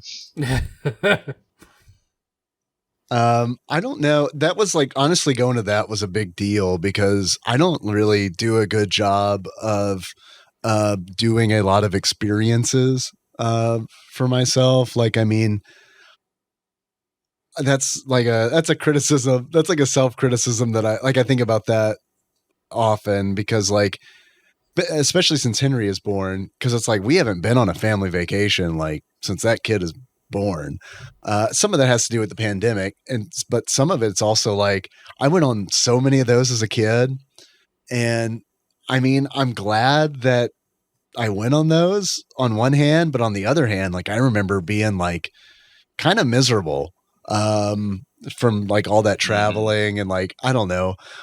I love my mom very much, but she's an activity oriented woman. And so like anytime, like I feel like we could never go somewhere and just relax. It was like, all right, we're going to St. Louis. Here's the agenda. These are all the things that we're doing. And if we don't do all of it, I'm going to be upset about it. And she wouldn't say that, You but could like, tell. you know, you witness. Yeah, you witness this stuff as a child, and it's like shit. If one of these things doesn't go right, she's not going to be like angry, but she's going to be sad, which is worse. Or maybe it's not worse. I don't know. But it's like, it's kind of one of those things. So if I have money, I'm usually like, I'm going to buy a thing. Yeah. As opposed to I'm gonna do a thing. So like going to that Chris Rock concert or that show and getting COVID was like a really big I'm gonna do this thing, kind of thing for me. No, absolutely. You bringing up your mother being very itinerary based, I get that, because my dad was that way, and he'd take us to Disney World or he'd take us here, there, and everywhere. We always had to Clark Griswold it, we want to make sure we get the most out of every moment. And then Tanya and I, when we got, sorry sir, we're closed. The moose out front should have told you. Yeah. Tanya and I went to Disney World together, and it was it's been a while. I think it was the year we got married again. We went to Disney and we got this package deal where we were there for like 6 days, and damn, we made the mistake of trying to do as much as we could, and planning ahead. So every night we'd come back from the park and we'd be exhausted and we'd be like worn out, but we'd still be like, okay, what are we going to do tomorrow? We haven't seen this, we haven't done that. And we both look back on that now and think, God, why didn't we just relax? Why didn't we just relax? Who gives a shit if we didn't ride every roller coaster and do everything there was to do? So I'm with you on that. I at this point really don't care all that much about traveling. I'd rather just buy stuff and stay home. Yeah. Well, like you talking, like you mentioning that just reminds me that like a lot of times when we go to Dragon Con, Nikki would feel like she would kind of get like a little bit of flack because like she would sleep in a lot and like, oh yeah, absolutely. Just like, and like not go to a lot of things and just like go, like just kind of chill and hang out. And it's like that not everybody Dragon Con's the same way. Mm-hmm. You know what I mean? Like there are a lot of people who are like, I'm going to cosplay, I'm going to this panel, I'm going to, this and this and this. And it's like everybody's different. And especially like for us, like at my last job, like I got very little vacation time. So I mean, it's like this is my vacation, right? And it's like, man, if I'm just running myself ragged for like a week, forget about it. I'm not gonna enjoy it. I'm not gonna feel rejuvenated by the end of this. I'm gonna feel exhausted. Yeah, exactly. And then I'm gonna be sad because it's like I don't have any vacation time left to like recover from this. I know, that's why it's like I'm with Nikki. I'm gonna sleep in. I'm gonna get up. I'm probably gonna play 6 different 2-hour D&D games, eat at the mall, and I'll see whoever I see if whatever you want to do. Right. Yeah. But that's what I'd also say. Like that's where Melissa has been so wonderful for me. Because one, I love whenever we can still do it, our annual anniversary theme park trip where we'll go just her and I to a theme park, and it's usually close enough to Halloween that it'll be, pay extra to do the Halloween theme stuff in the evening. That's always an amazing, day or two of the year that we can try and do. But she likes doing the experience things. Me growing up, that was not my parents' MO. At all. My parents are both 100% homebodies. So getting out to ever do anything was a super rarity. Like, well, that makes me feel better because like you've turned out pretty great. And it's like, that gives me hope that like, we're not like, I got to be quiet because he might be listening, but it gives me hope that we're not totally screwing Henry up by like being homebodies. Well, it just made me not like that whole, like, going out and doing things just wasn't a part of my brain. So like to the point that like Melissa's like, let's take the kids to the park. And I was like, the park, is that really a thing? Is that a thing people do? Yeah. There are parks we go to and they play on the thing. Okay, I never did that as a kid. There was a Noble Park. That was just a thing that I just thought that was the thing we might do later, maybe. Yeah. So like, I never asked to go to the park, or my parents, like, I remember going to Noble Park for like a family reunion, and that was like it. So like, we did nothing ever. That's why, I think video games are a big part of my life, because nothing. And I think there's a good equilibrium to meet with that. So I'm glad she's made that. It's still not at all something that comes natural to me, but I'm glad she's at least showed me that, like, yeah, kids like the park. Yeah, okay, let's do that. Yeah. The park's pretty easy too, honestly. Like, as long as, like, especially if it's like a solo venture, it can be really nice. Cause like sometimes, Nikki will be tired or something, or like she's just been like really busy or something. And it's like, I'm going to take Henry to the park. You take a nap. We'll be gone for like 3 hours, or take a nap, do whatever you want. We'll be back in like 3 hours. He'll be fed and everything. So like, sometimes it's really nice to just go to the park and be like, okay, we're at the park. Go play. I'm going to sit on the grass. Yep. Mm-hmm. Yep. and that's all I'm going to do. I'm just going to sit on the grass. I'm going to watch you play. I'm just going to like people watch, and I'm going to drink like some water. I'm going to drink out of this brown paper bag while you run around. You get real tired. Right. I'll feed you a cheeseburger. You go to bed. I'm going to fuck your mom. It's a good day. Yeah. You actually nailed it, except for the brown paper bag. The police can arrest me,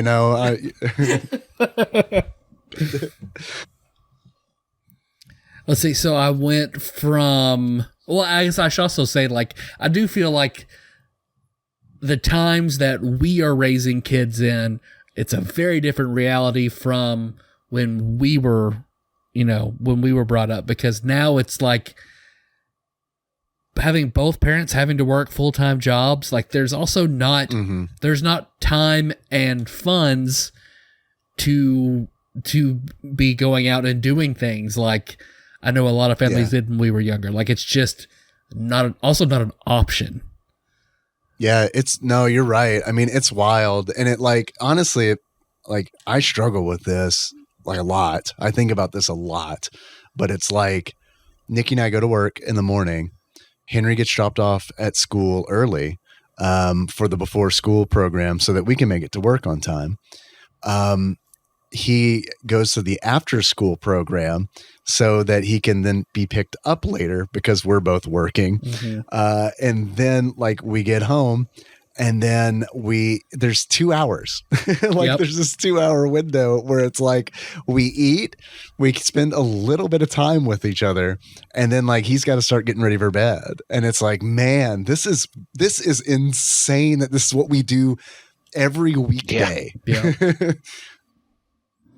Yeah, but it's just, it's not anybody's fault. It's not, it's not the fault of anybody that's having to live in it. But yeah, no, it makes me feel bad for that kind of thing too. Like, but it's just, I don't know, it's just the reality. So I also can't feel bad that we don't take a big family vacation every year, because it's just also not a thing that's in the cards right now.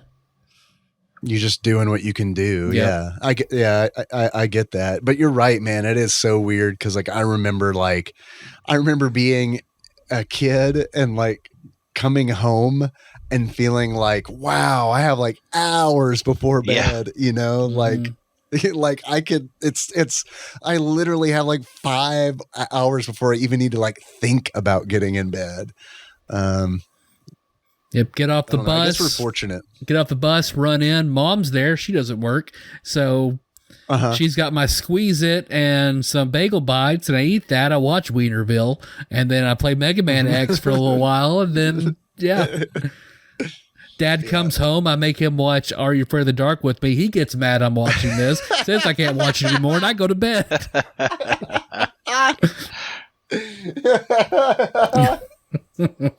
Oh, man.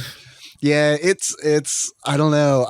But on the other hand, I think it's really like we're really fortunate that there are like school programs and stuff, and like I feel like they're good programs too, and I feel like Henry goes to a good school, and like so I mean, all of that helps, you know, and it's like he's probably, I mean, he might not be getting as much family time as I feel like that I would like to provide him, but like I don't know. But then again, like I would come home and just like you said, I would watch TV and eat fruit snacks, and like it's not like I was like bonding with my parents. Yep. You know, it was very much like, okay, I'm gonna watch Nickelodeon until Head of the Class comes on, and then I'm gonna watch that. And so I mean, it's like even then, Dad's like, let's go out in this hot field and fish and bond. It's like, how about Weederville and Kool-Aid, Dad? Why don't you watch Weederville with me?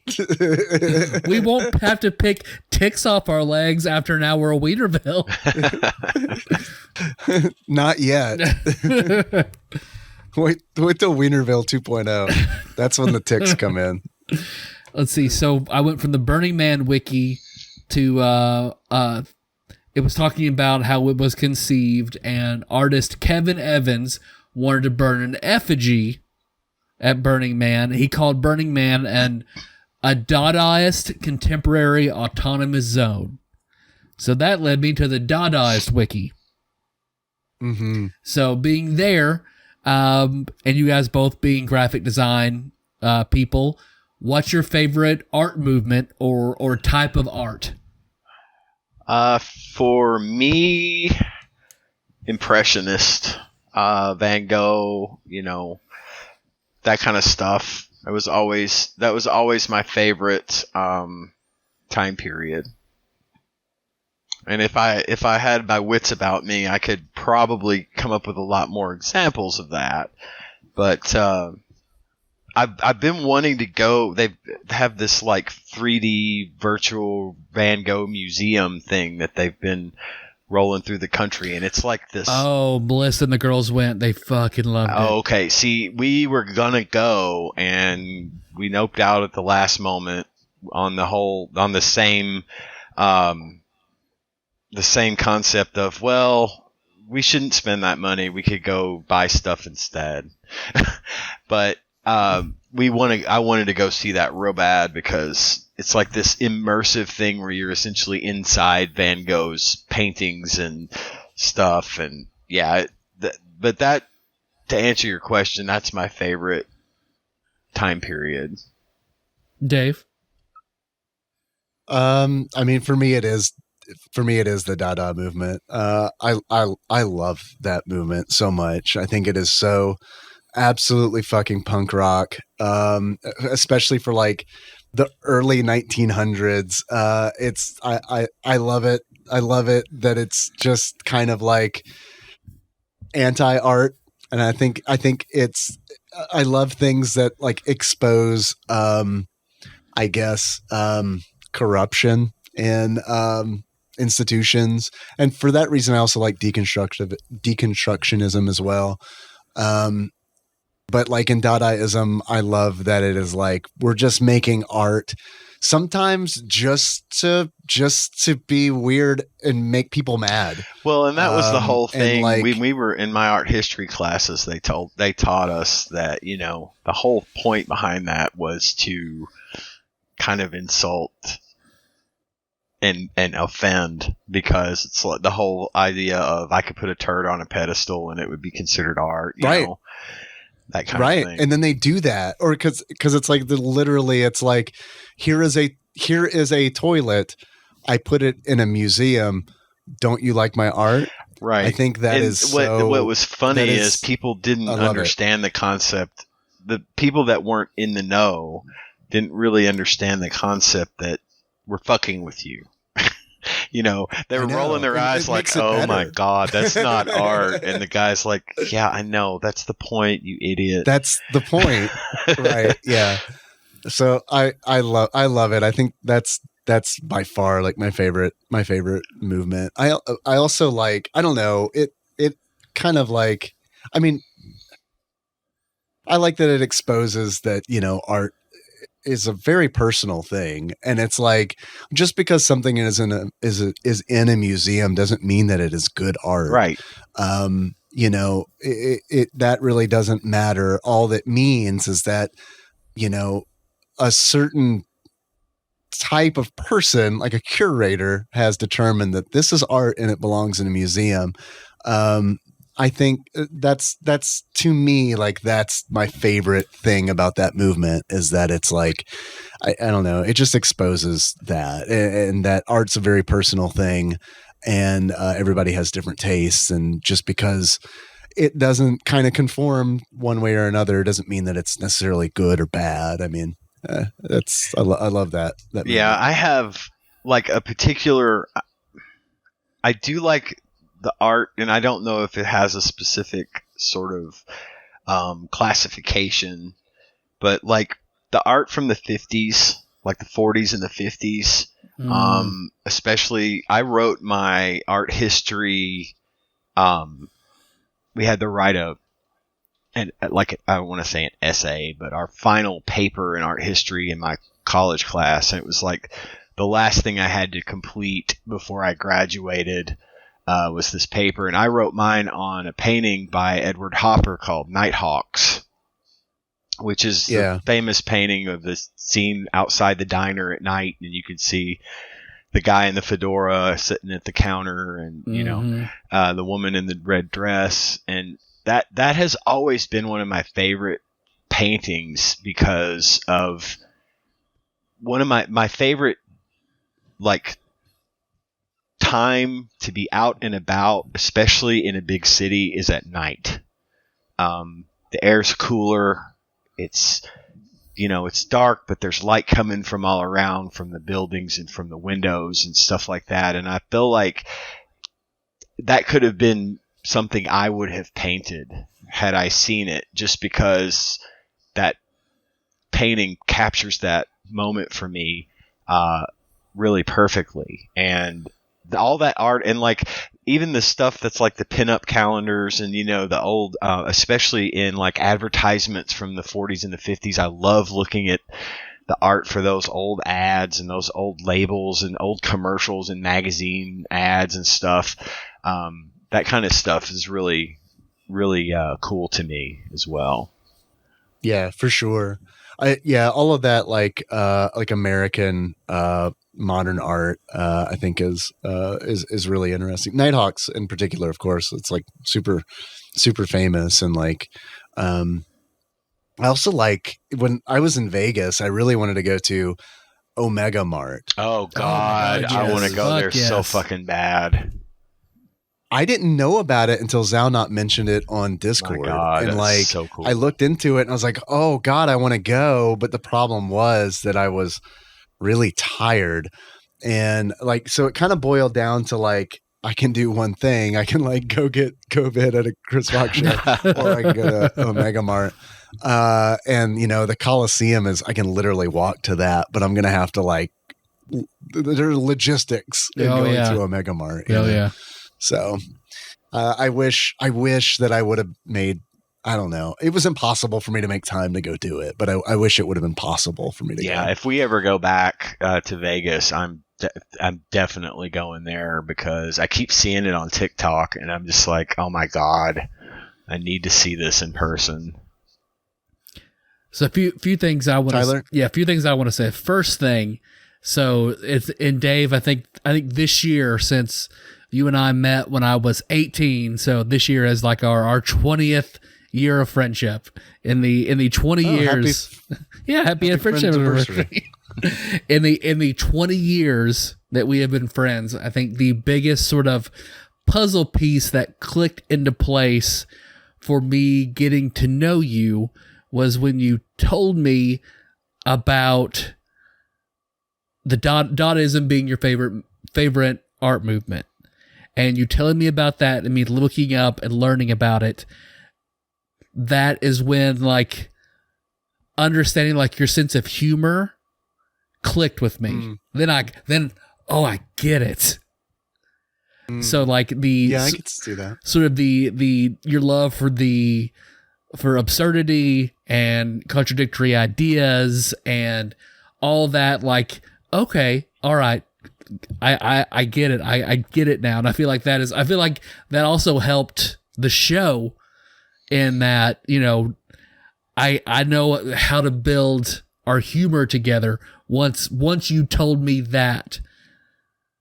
So that's always been a forefront, core memory for me, is whatever us talking about that. The other, and I'm not a formal art person like both of you guys, so I may not even be answering my own questions correctly. But when it comes to just like art style and things, I knew what I liked for most of my life, but I had no idea how to quantify it. I would just see some expression of it, be like, oh, I love that. I don't know what it's called. I don't know how to find more, but that's awesome. I want more of that. I want to have a house with stuff like that in it. See, no idea what it was. That to me is hentai. It's pure. Because the fact that, you know, the different art periods exist and we study them and that we can classify and quantify and do all that is fine, and it's all well and good, and I realize it's inevitable. But at the end of the day, what really matters is when you look at something, if it evokes an emotion that makes you feel good, or if you want to see this and it makes you sad but you're okay with that, that's good. And it doesn't really matter what it is or where it came from or who did it, unless you're interested in knowing more. Otherwise, if you look at a thing and you say, this is beautiful, I love this, I don't know why I like it, but I like it. That's all that matters, and that's what it should be. You know, you shouldn't like something, and again, that goes right up the alley of Dadaism. It's if you like it, that's okay. But you don't have to like it just because it's called art. You know, we went to the Louvre and made through as much of it as we can. The Louvre is bigger than you can imagine if you haven't been there. It's like you can't. They say if you stopped and looked at each piece of art for 1 minute, you'd be in there for 6 months. But there's some garbage. Damn. There's some garbage hanging in the Louvre. Some stuff I see that it's like, I get it, but it's ugly. Or why was this such a huge deal? And you know, in some cases, there's a very interesting story behind it. But more often than not, I was just like, and moved on. You know, the Mona Lisa, don't really get it. It's about the size of a 24-inch television. You know. And it's behind this like 6-inch plexiglass. I understand its importance because I've studied it in art school, but I really don't care for it. I don't think it's this thing that I love looking at. I have to look at it and say, well, that's important. And that's about all I can say about it, you know? So the fact that you can look at something and say, I love it. I don't know why, but I love it. That's totally fine. And I love that about you. I love that that's not something that, you know, that you were ever trained to think about, because even before my father was into it all, and that's why I went the track that I did, because of his love for art, and not to shit on his knowledge of it or his particular appreciation for it, but I would rather have been in a situation where I could go, man, I like that. And not have to try to understand why it is what it is or why I like it. You know, when the artist tries to, or someone else, I shouldn't say the artist, but when someone else tries to tell you why you should like this, that's where it loses its value to me. Yeah. Well, see, what finally slapped a label and kind of made a big cohesive moment for me when it's like, oh, this is what I've loved this whole time. And why it's still a big deal to me is BioShock. Mm-hmm. Playing through BioShock and realizing, like, Art Deco, that's what I love. Art Deco is wonderful. What I fucking love. It's wonderful. So I mean, part of the reason I wanted to play Rogue Legacy, too, I'm loving Rogue Legacy, but I stopped. It was easier for me to stop the BioShock Infinite DLC because whenever I was walking through Untouched Rapture, it was like, fuck, this is perfect. Yeah. I love how all this looks so much. This is all those moments where I would just see something in passing, or, this is the style that I love. And I don't really want to light it on fire like I imagine I'm going to have to in this game. So I'll take a pause on this and play Rogue Legacy and just come back here and walk around Rapture, because this is great. I love it. And another, just because you talked about that one, the diner painting, a piece that I've always really liked, and I don't know why, is that one, it's pointillism, where everyone is like on like a picnic or something. Oh, that's that's Surratt. Yeah. Oh, I love that. And I remember I do pointillism pictures in my art classes in high school, because I just always thought that was very cool. That falls under the Impressionist genre, and the painting that you're referring to is Sunday afternoon on the island of Le Grand Jatte. Yep. And it is it's the painting that Cameron has a yes this is not a joke. It's not a joke. Has a real deep connection with in Ferris Bueller's Day Off.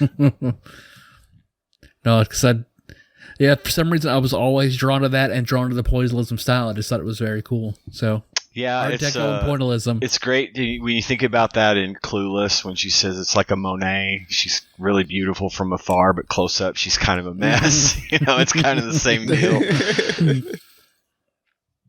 I also really like Bauhaus as well. Yeah. Being a designer that really speaks to me. And pop art too. I think the pop art is amazing. There's a lot that's said in pop art that doesn't get said in traditional art. And then going back to Dadaism, and Tyler, when you were talking about comedy and stuff, Andy Kaufman is a total Dadaist. Oh yeah. I mean, everything about him is his comedic sensibilities of just inserting himself for the sake of being strange and or offensive. That is that's Dadaism to a point. And all the stuff with the wrestling and stuff, that is absolute, that is that is Dadaism. Reading the entirety of The Great Gatsby and then taking his audience out for cookies and milk. Yeah. Yeah. Mighty Mouse. I mean, that is I don't know, man. It's just, that's good shit. Well, and another thing too, I wanted to comment on before we moved on, and it seems it's kind of, I think, overlooked whenever you talk about, when you get into a discussion about different periods of art and how important it was and everything. Really what I love to do from time to time is go back and look at caveman paintings. Because they're so cool. And I picture them, the picture, there's always animals, and there's always, hunters, and it's telling the story of this and warning of that. And I find myself imagining, that caveman with his torch, or he's built a little fire and he's just drawing with charred sticks. And some of these pictures are really cool. They're really beautiful to look at, and some of them are pretty accurate as far as the shapes and stuff of the animals, and you can look at it and say, I know what that is, and I just think it's neat that before we had a written language, we were drawing pictures. And that's why I think this kind of stuff speaks to people on such a levels, because at the end of the day, we understand pictures probably more. We can relate to that more than we can the written word in a lot of ways. So I think that's just really neat. Yeah. I mean, it's universal in a way, I mean, obviously cultural context and historical context will, change how you perceive something. Sure. But I mean, at the end of the day, I mean, a red square is a red square, you know, Right. like there's something about it that is just intrinsically more understandable than language. Whenever there was one line in the Dadaist wiki. They expressed their rejection of that ideology and artistic expression that appeared to reject logic and embrace chaos and irrationality. And chaos was a blue URL. So then we went from that to the chaos wiki. The Final Fantasy villain? Well, it went then into randomness. So it would have been nice if it were the Final Fantasy villain. But so for randomness, we're here to kill chaos. We can take it back to the podcast a little bit. Like, what is your favorite and most hated thing the randomizer has given us? And then I also had what was an extremely random event in your life? I'm gonna have to think on that one for a minute. Yeah. I mean, Street Hockey 94. Yep. Being the worst Super Nintendo game that I've played so far, I'd say that's probably my most hated. But like, what's tough is like, I don't know, like there's so many like pleasant surprises that the randomizer has given us on the show. Like, I feel like Prince of Persia even like was way better than I thought it would be. Like, you know, a port of Prince of Persia on the Super Nintendo. I wouldn't think that would be very good. And you guys would probably agree with that statement, but like I was pretty pleased with that. I was like, that's like, whenever we get something like that, it's like, okay, all right. Okay. No, I'm with you there. But I agree, Street Hockey being the worst. My favorite, because I don't think it gave us Metal Warrior or the Falcon's Revenge. Because God, those Super Scope games. I don't have as much to pull from as you guys do, and I have a very bad memory. Wild Guns. Yeah, Wild Guns. That's my most favorite thing they've given us. I don't know that was Randomizer, though. I think that was the Nintendo Switch Online. Oh, yes. But, it was. But we did those in random order, right? So maybe that counts. Semi-randomized them. We randomized them. A Yeah. little randomizer. Yeah, Wild Guns. That's a treat. I'd have to go with that one, too. I had a lot of fun with that one. What was the one with the fire? You were a firefighter. Ignition Factor. Ignition Factor was a pleasant surprise for me. I really got into that one. Mm-hmm. Even though I sucked balls at it, I really liked it. Yeah, it was a good one. The follow-up to that was like, what is the most random thing what is that's a random thing that's happened to you that blew your mind that it happened to you? Oh, what's your definition of random? Something. Isn't it all random, man? Well, something that may have happened directly by chance. I've got a kind of a weird one. I remember this fondly because nothing like this. I've always been very linear as far as like how I've lived my life. You go to school, you get a girlfriend, you get married, that kind of thing. And this is there was this period of time shortly, I want to say it was the summer of my junior year in high school. And I didn't have a girlfriend for like the first time in forever.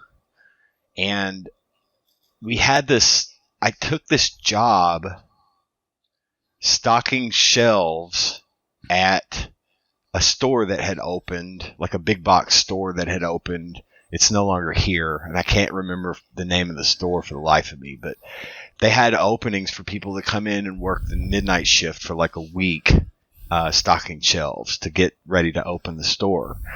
And so I took this job just to make a little extra money and went and did the thing, and I met this girl there named Amber, and I will never forget Amber. And we just immediately we were friendly to one another, and then like the day the first day we went to, after the shift was over, it was like 5 a.m. We went to Denny's and had breakfast and sat around and smoked cigarettes and talked and drank coffee for like 3 hours. And then we just, after the job was, we never, we kind of messed around a little bit, hit it off really well. And then one day she just vanished. Like she just left. And I never saw her again. I don't have the slightest idea what happened to her. I can't even remember what her last name was. I'm not even sure she told me her last name. But it was very random for me and very unusual for me to just meet a girl and hang out with her and get close and then gone. And I'm not even mad. It was just a really nice week where I got to spend time with this really interesting woman, and then she was just gone. She ghosted me.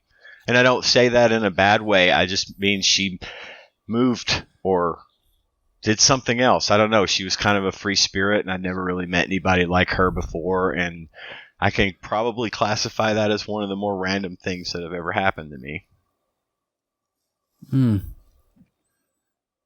I could say the same thing with Melissa, in that our last names happen to kind of coincide to where in school, if we had a class together, we ended up being side by side. And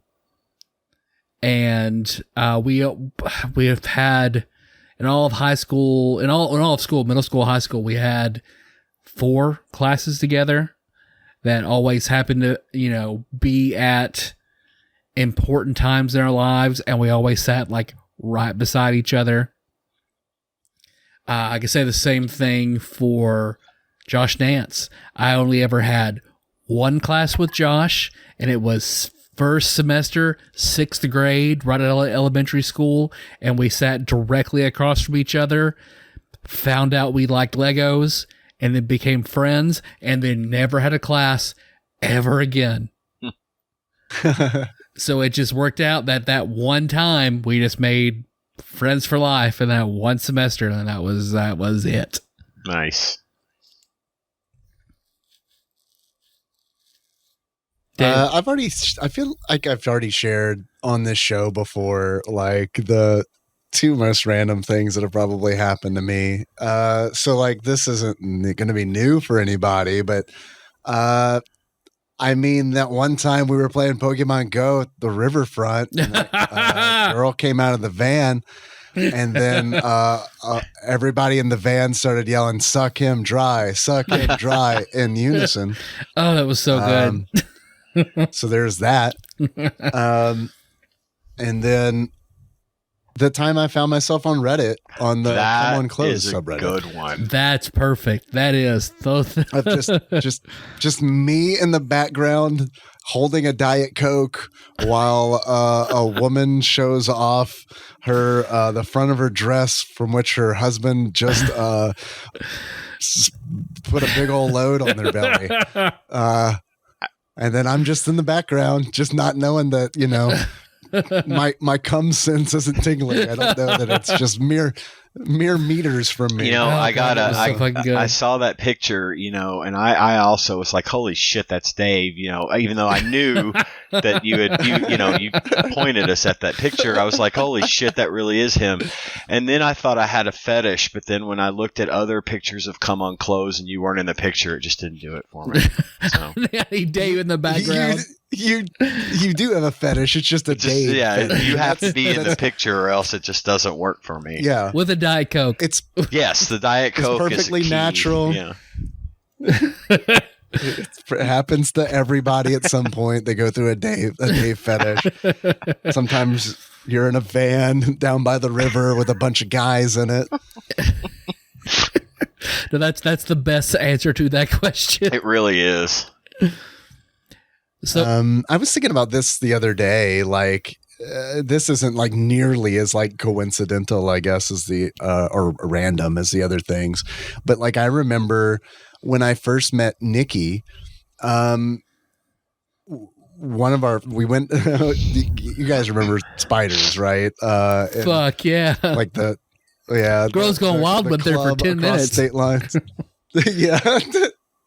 Yeah, so it's like you could drive across state lines. Murray was a dry county, but you could drive across state lines. You can get beer at this club called Spiders or Spider's Web. I can't remember. It was one or the other. I don't think I ever went to that one. I don't think it was around when I was in Murray. You weren't missing a whole lot. Nope. I mean, it was not great, but I mean, it was the place that you kind of went. And I think Henry's asleep, but I'll say this quietly. I'll scream "suck him dry" in my office, but I'll say this quietly. So Nikki and I, we weren't 21, but Nikki had an ID that she found in a bathroom at work. And she would use this ID essentially to get into clubs, bars, and spiders and like all that. And then, so we went there one time and she was telling me about it. And I was like, well, does the person even look like you? Like, is it do they even like look at it? And she's like, yeah, they look at it. And she showed it to me. And it was the ID of, the girl that I had a crush on in high school. Oh shit. And it was like, I know this person. She's like, you do? I was like, yeah, I had a crush on her in high school.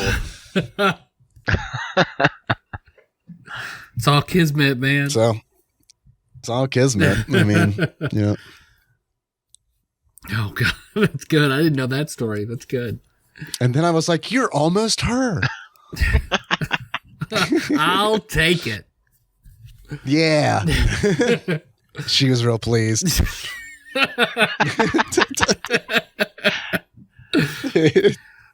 Good enough. You'll have to do. At least you've got her ID. Can you hold that ID up while we're doing it so I can? That's a good idea. That's a good idea right there. Hey Nikki, you still have that ID? I'll ask her tomorrow. Can I have that? So from the Chaos Wiki, I then was linked to the Dice Wiki. So, what's the favorite set of dice you've ever had as D&D players? Well, my answer to that's going to be like really short because I didn't buy dice for the first time until we were going to do that. We did that one tabletop that we started over at the other place, the first place where I started hanging out. And that was just a cheap set. And then that's really all the dice I've ever bought. I do like the set that you loaned me to play on the Scott Pilgrim game, though. Real heavy kind of, and they got that kind of fire pattern on them or whatever. I really like those. Chaco Chica's Hades dice. Yeah, yeah. Because I remember my very first set of dice when we played D&D first semester of my freshman year at Murray State. Ramon had a bunch of dice, so we went through and I wanted to pick something different, so I picked a bubblegum pink D20 with a orange and white speckled percentile die for my D10 because my character had a revolver. They did a D10. A blue D6 and a green D4. And that's what I used for a pretty long time. I loved that set. I had a set of pure silver die, that were tiny and heavy as fuck. I used them for my, yeah, cause at the time we gamed on a metal, on the back of a road sign. Oh God, that was quiet. So yeah, it would just thud onto it. I mean, it was like probably about the size of a little smaller than a dime. Every piece of that set, which I'm pretty sure someone who won't be named stole from me whenever he left town. Never saw those again. Yeah, because they were pretty expensive. I got them for my birthday. I loved. That checks out. Yep. the set I had for Pudge in your game, Dave, that was the cylindrical The fucking set. barrel D20. Yep. God, that motherfucking D20. I hated that thing so much because it was just like, it was always just like, really? I mean, it was like with Miller, essentially. Exactly. Same number. It was just like, you just rolled a 17 again. Yep. Yep. Because I also... I mean, it was just constant. That barrel gave me 17s, just like Miller kept rolling 17s. Constantly. Fucking constantly. Yeah. And then, what else stands out to me that I loved? I had a set of, for Warden, my Shifter Barbarian in Josh's game. He was very nature themed, so I had a leaf ivy set that I bought that I absolutely love. And then I love the ones I use now. I use Anna's Paladin dice that I bought for the blue and white ones. I really like those too. What about you, Dave? I really like, I don't know if this is the one that you mentioned. It very well might be, but there was a pink D20 that I used that I absolutely loved. And it was like this bubblegum pink. It was almost like, this is going to sound really weird, but the texture was almost like talcum-y, like it almost had this, like, I don't know, like this. I know porous. It's a different one that I'm talking about, but I know that D20. Yep. I know exactly what you're talking about. I might still have it. I don't know. But like, I loved that D20 because it was like, because the way it felt, it almost felt like it was always like, this is going to sound weird, but it almost felt like it was always powdered. Yep. Like, but like the powder wouldn't come off on your fingers. It felt really good. Like, and the numbers were white and the corners were not sharp at all. Like they were like this really like low profile, like rounded corners. And I really like how it rolled. I like that D20 a lot. And then I remember the first set I bought in middle school, which is the same set that I used for the first character I played in one of your games, Tyler. Mm-hmm. That was Tokiabi's red dice with black speckles with green numbers. That was the Chessex set that I think I got from Walden Books. Oh wow! along with Council of Worms when I was like in 7th grade. And that was the only set that I owned for a long time. I like the set that I'm using now, which is like a set of like metal and enamel. It's like these purple dice, but with like silver colored frames. I don't know what metal they actually are, but they're like this silver metal frame. I like that. I always liked Finnegan's bone D6s, or was it Rudy's? Oh yeah. I used them for both. Yeah, because they don't roll very well. It's not, but it's essentially like this bone D6 where each face, like the pips on each face are like the eye sockets. So you get these really like weird, like the 6 side looks really weird because it's like this skull with like 6 eye sockets in it. And yeah, that's a fun one. I like that one. Yeah. I'm glad you mentioned that. I kind of forgotten about that one. I haven't used it in a while. Well, from the dice wiki, I went to the board game wiki. So what's your favorite board game? I've got favorite board game, favorite tabletop, and in a casino, what's your game? I don't know.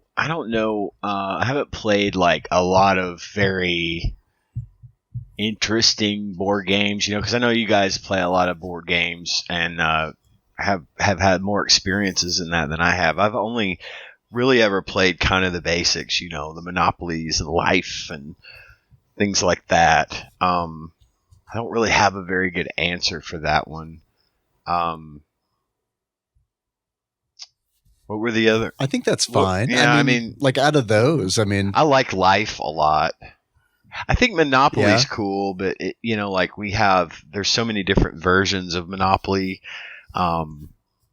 we had a Star Wars. Oh, I know what my favorite game was. It was Trivial Pursuit. I always really loved playing Trivial Pursuit. Yeah. And I learned a lot from that Moops. game. Yeah, Trivial Pursuits is great. What were the other ones you asked about, Tyler? Your favorite tabletop game? When you say that, you mean like what we do every week? What we do, which I guess is probably a more broad question for me and Dave because we've done more. I'd have to say the Scott Pilgrim. You know, that's my favorite because it's kind of my real only one that I've had any real experience with. Was there another? And then in a casino, what's your game? Well, I've said before, I've never been much of a casino guy. I don't gamble. But if I did, and the few times I have, I always liked roulette because it's easy to understand, and you can just pick red or black and double your money, you know? Mm-hmm. So you got a 50-50 shot. More often than not, you're going to probably break even or come out ahead. Tanya's game was blackjack. She loved it. She had a lot of help from that guy at the casino in Vegas where we won $800. But I'd say for me it would probably be roulette, although I would really like to be able to understand craps because it fascinates me, but I just don't get it. I just have never really understood it. But it's like it always seems so exciting, and you know, you have such a chance to really do well, but I would fail at it because I don't know the first thing about it unless again, to reference Vacation, unless I'm rusty from Vegas Vacation and I just can't lose. You know, I just keep throwing the dice. I don't know what happened here, but I'm winning and that's fine. That's probably how I would be. Right now I'm loving code names. I always want to play code names with the kids, or when we go, you know, if we have like Nicole's game night. I love code names. I really loved that Choose Your Own Adventure board game. I had a blast playing that with everybody. That one did sound fun. Oh man, and it sucks that you can, you know, eventually you just get a bad ending, so you can't really like win or lose. But I thought that was super fun. We were all doing that. Favorite tabletop game. Dave, your Klingenheim game, that's probably the favorite tabletop I've ever been in. I also love, Ramon's very first game always stands out to me, and Josh's game where I was warden stands out to me, but I just said probably your Klingenheim game is my favorite tabletop. Wow. Thanks. That was fun to run. Until it's just stopped being fun to run. And then I was done with it, but it was, you guys really pushed that story forward. And, that was a lot of fun to run. I like to run games that way where it's just kind of like, a lot of it's improv and a lot of it is just kind of taking suggestions, because like you guys were awesome because you guys would be playing and like you would come up with theories. It was just, I essentially like ran that game like I feel like Lost was written, where it's just like you guys would say like, oh well, maybe this is this way because of this, and then I'd be like, yeah, that's right. Yeah, that's exactly how I planned it. And then you guys would be like, wow, and it's like, oh, yeah, this is fun. But like, but no, it was fun because it really was fun because it was like, it was communal in that regard. And like, I had a story to tell if you guys cared about that story, you know what I mean? And it's like, if you didn't care about the story, then you guys could just go and do whatever you wanted to do. I like to run it like an open world, you know? And that's the only game where I feel like it's fully been like that, because it's almost like the start of it was like the tutorial to where it was sort of on rails because we were trying to get out of the city. It felt like the Midgar section of Final Fantasy VII, and then it opened up. and it was like we all knew our characters and our objectives so well, and each other's characters, that we were able to move, and it was all driven. We weren't waiting for something to happen. That was the amazing thing about it. It was like we were all driven to, all right, I want to go to this guy and do this, and we were all like, that's a good idea. I'm interested in that because of this. And that was always, that is absolutely unique in all of the games I've ever played, to be in that situation, and it was amazing. Loved it.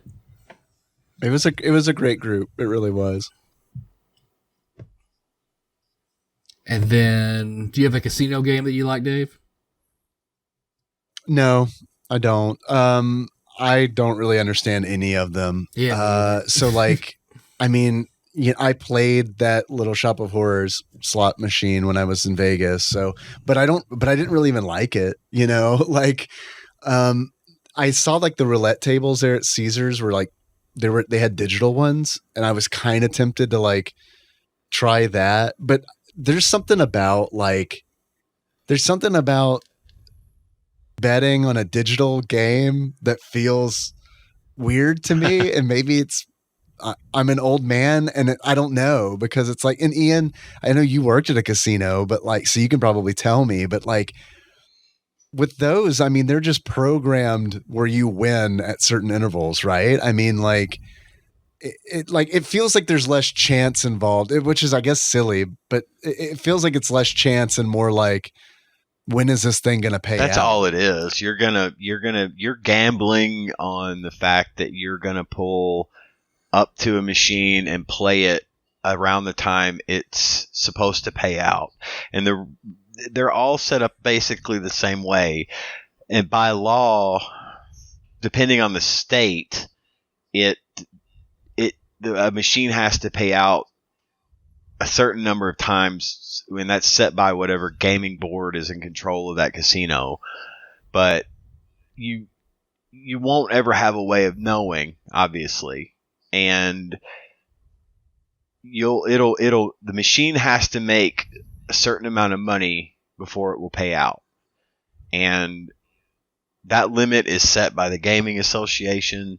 And really, the gamble that you're taking there is that you're going to be there at the time when it's due to pay out, and that's pretty much all there is to it. The saying "the house always wins" is there for a reason. If I could gamble like I did in Fallout New Vegas, then I'd probably do it. But did you say your favorite board game and everything, Dave? No, I really like Carcassonne. It's like I believe that's a German board game, where you kind of like you take turns placing tiles, and those tiles kind of make different cities, and you have like these little meeples that you can like place, and you earn points that way. It's really laid back. I mean, it can be laid back. I typically play it laid back. That's recent. Like that comes to mind recently because like we just played that with Henry not too long ago. And he really enjoyed it, and Nikki always wins, which is kind of nice too, because it's like that going into it knowing that she's going to win allows me to just kind of relax and just have fun placing tiles. You know what I mean? Because it's like, don't even try. It's not going to happen.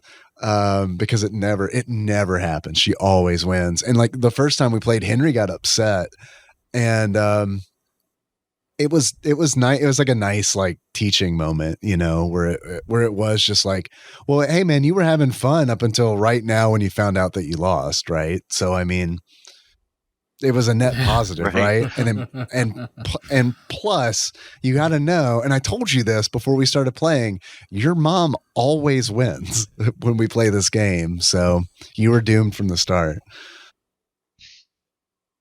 And then like, as far as like tabletop games go, when you asked that question, specific games didn't necessarily come to mind. And by that, I mean like specific campaigns didn't really come to mind.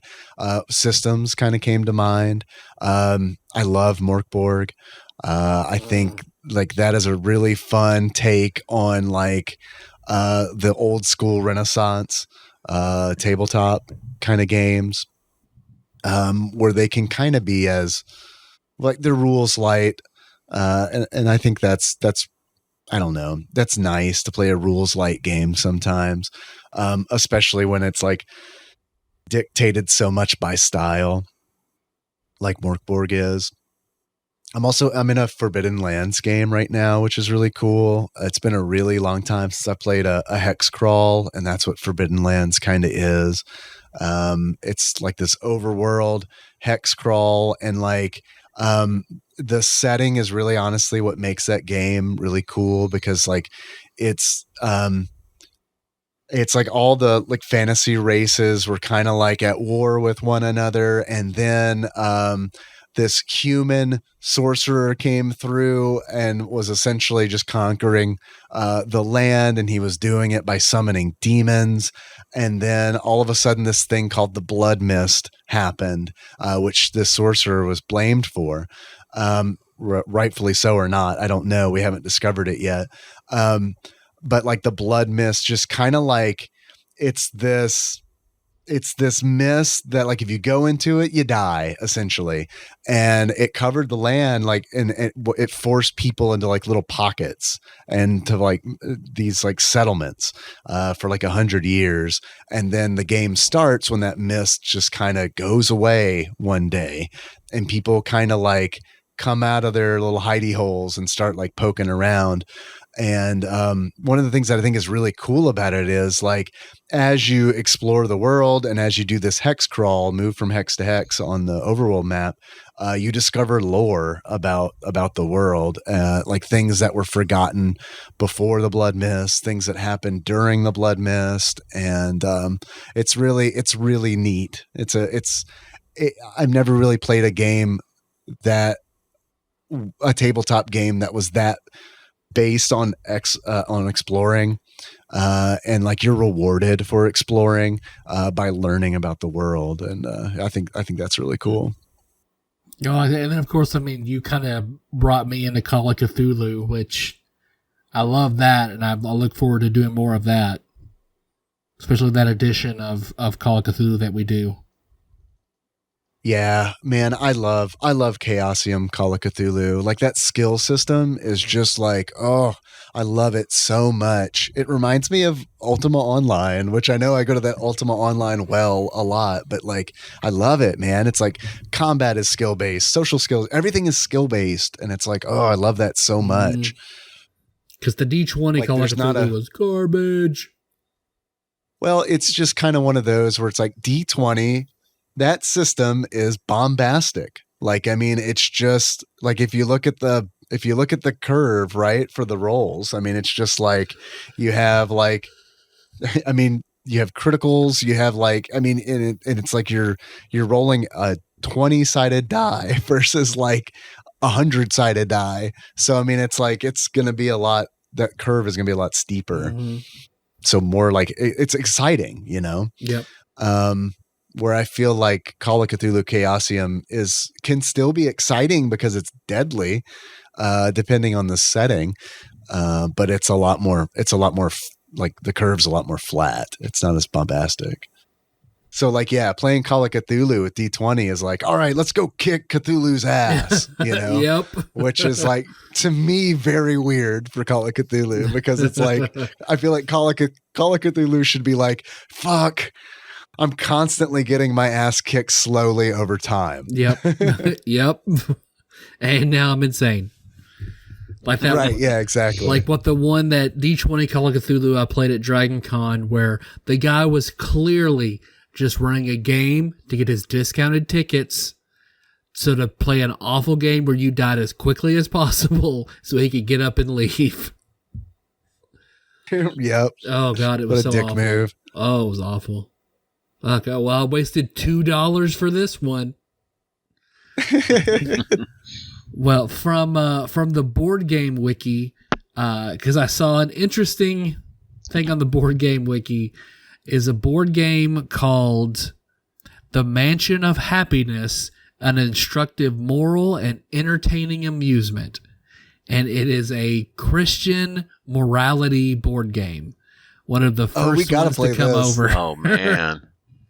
It was made for the extremely wealthy because it's made almost entirely of like copper and these special watercolors. And eventually they made another version just for slightly less wealthy people, but still very wealthy people, you know, as Christianity is meant to do. So we've talked some about religion. So was it something you were brought up in?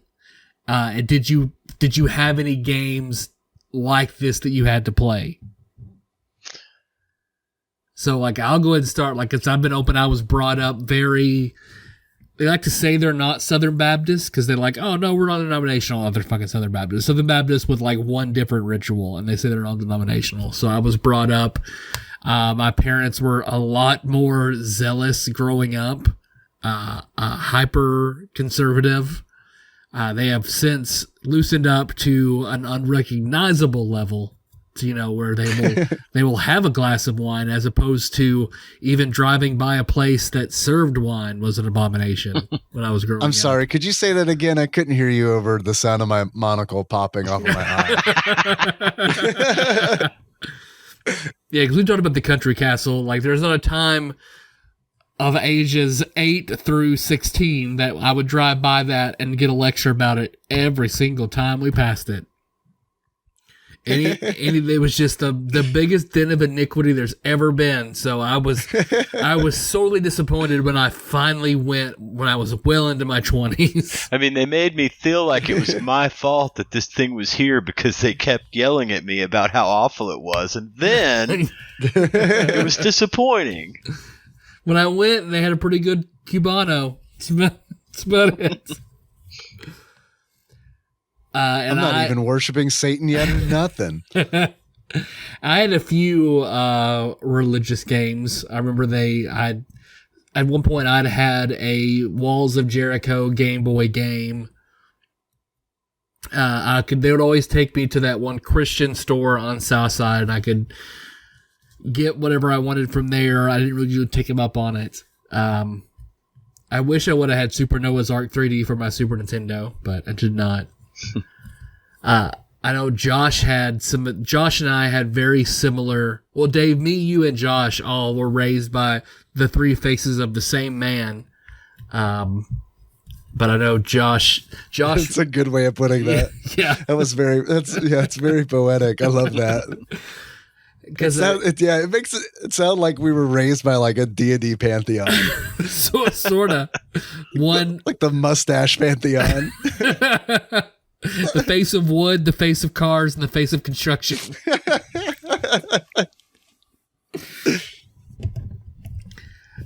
So I mean, I'm so thankful my parents have chilled out, and I was still that hyper conservative. I remember like in high school, Josh had a sip of beer and I nearly lost my fucking mind over it. But once I actually went to college and met other people and had new experiences, it's like, oh, well, I'm not going back to that. So organized religion is certainly not where it's at for me. And I still have a hard time. Like, I will go to church with Melissa, the one she grew up at, and wonderful people, but I have trouble like with the messages a lot. Although I do really like their preacher now, a young guy who's like, oh, okay, I don't mind this at all.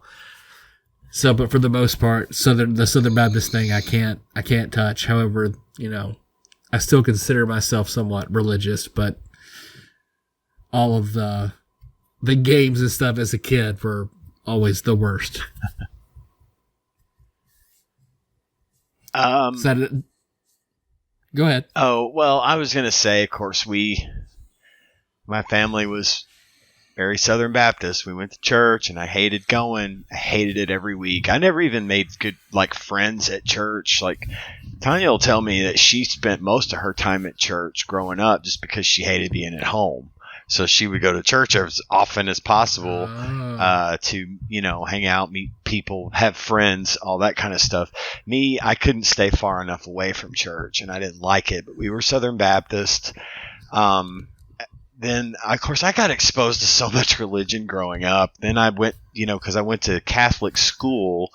When we moved to Paducah, I went to a Catholic school here. It was where my mom taught as well. And part of what we had to do, we had to go to Mass every morning for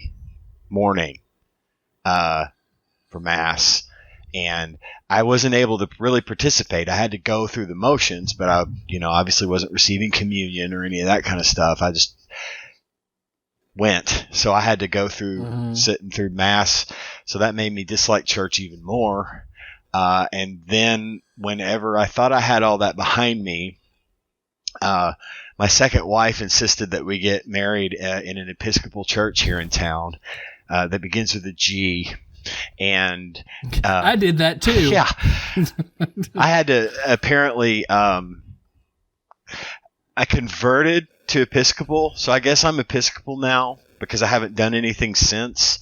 And it was kind of funny too because going through when you are Catholic, you have to go through all these. When you grow up Catholic, you go through all these things. You go through confirmation, and you go through First Communion, and you go through all this other stuff, which I never did.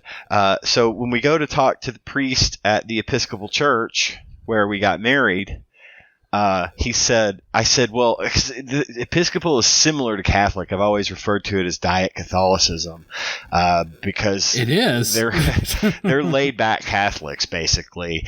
And so we're sitting there talking to the priest that's going to marry us. We have to go to these, visits with him Was it Nick? I can't remember. I can't remember. It was Nick. If it was somebody else I'd been marrying, I might have made it more of a point to remember it. But anyway, we were going to the counseling that we had to attend to go through the ceremony, and I was like, well, I got to ask you. I mean, I'm not Episcopal, and what does it take to get to, do I have to convert? Do I have to do whatever? And he goes, congratulations, you're Episcopal. I was like, well, that was easy. There's not even a membership fee. So that was sort of, but at the end of the day, I've just never been a very religious person. It's just never resounded very heavily with me. I remember my uncle, he is a pastor, and I used to have to go to camp every summer with them. And it was this Bible camp, and of course, this is my parents getting rid of me so they could do something they wanted to do for a week. Before I was old enough for them to say, well, you're just going to stay home for a week while we go to Florida or whatever. But they would send me down to Georgia with my uncle and aunt, and they would go to camp. I didn't know anybody. It's almost impossible to make decent friends within a week-long camp, especially when you're around a bunch of kids who are already friends and you're just kind of sitting on the outside wishing this week would end.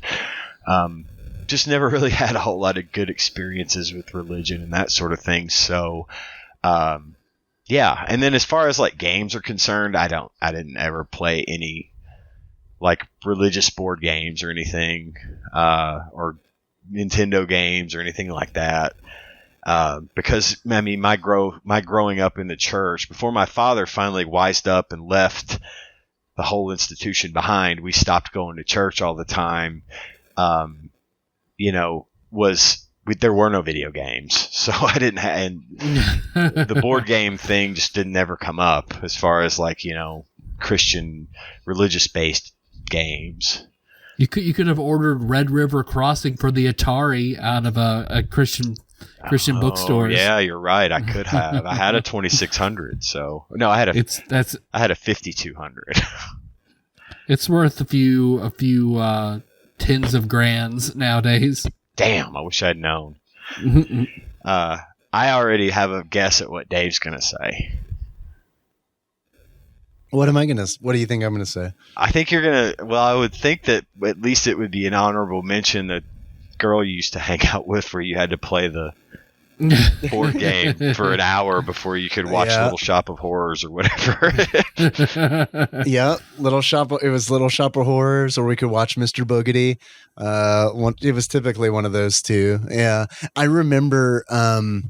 That was like 6, 7 around that age, and I remember like at that age, kind of like picking up on my dad, like just kind of like hinting, like, oh, Ed, you like her, huh? And like I remember like thinking, even at the time, thinking she's like too churchy for me. Like, like no, she's cool. I like to hang out with her, but yeah, I don't want to go over there a whole hell of a lot. Yeah.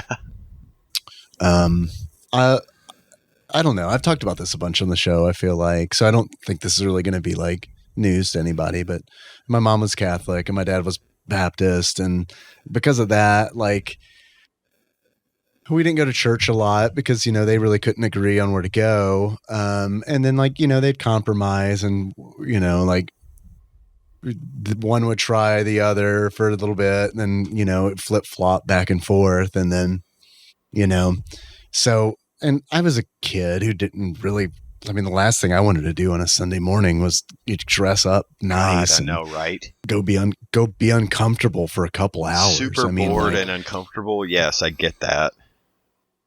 So, I mean, it's kind of one of those where it's like, so, I never wanted to go, and they really couldn't agree on where to go. So, I mean, for the longest time, I mean, I just didn't get indoctrinated, I guess is my point.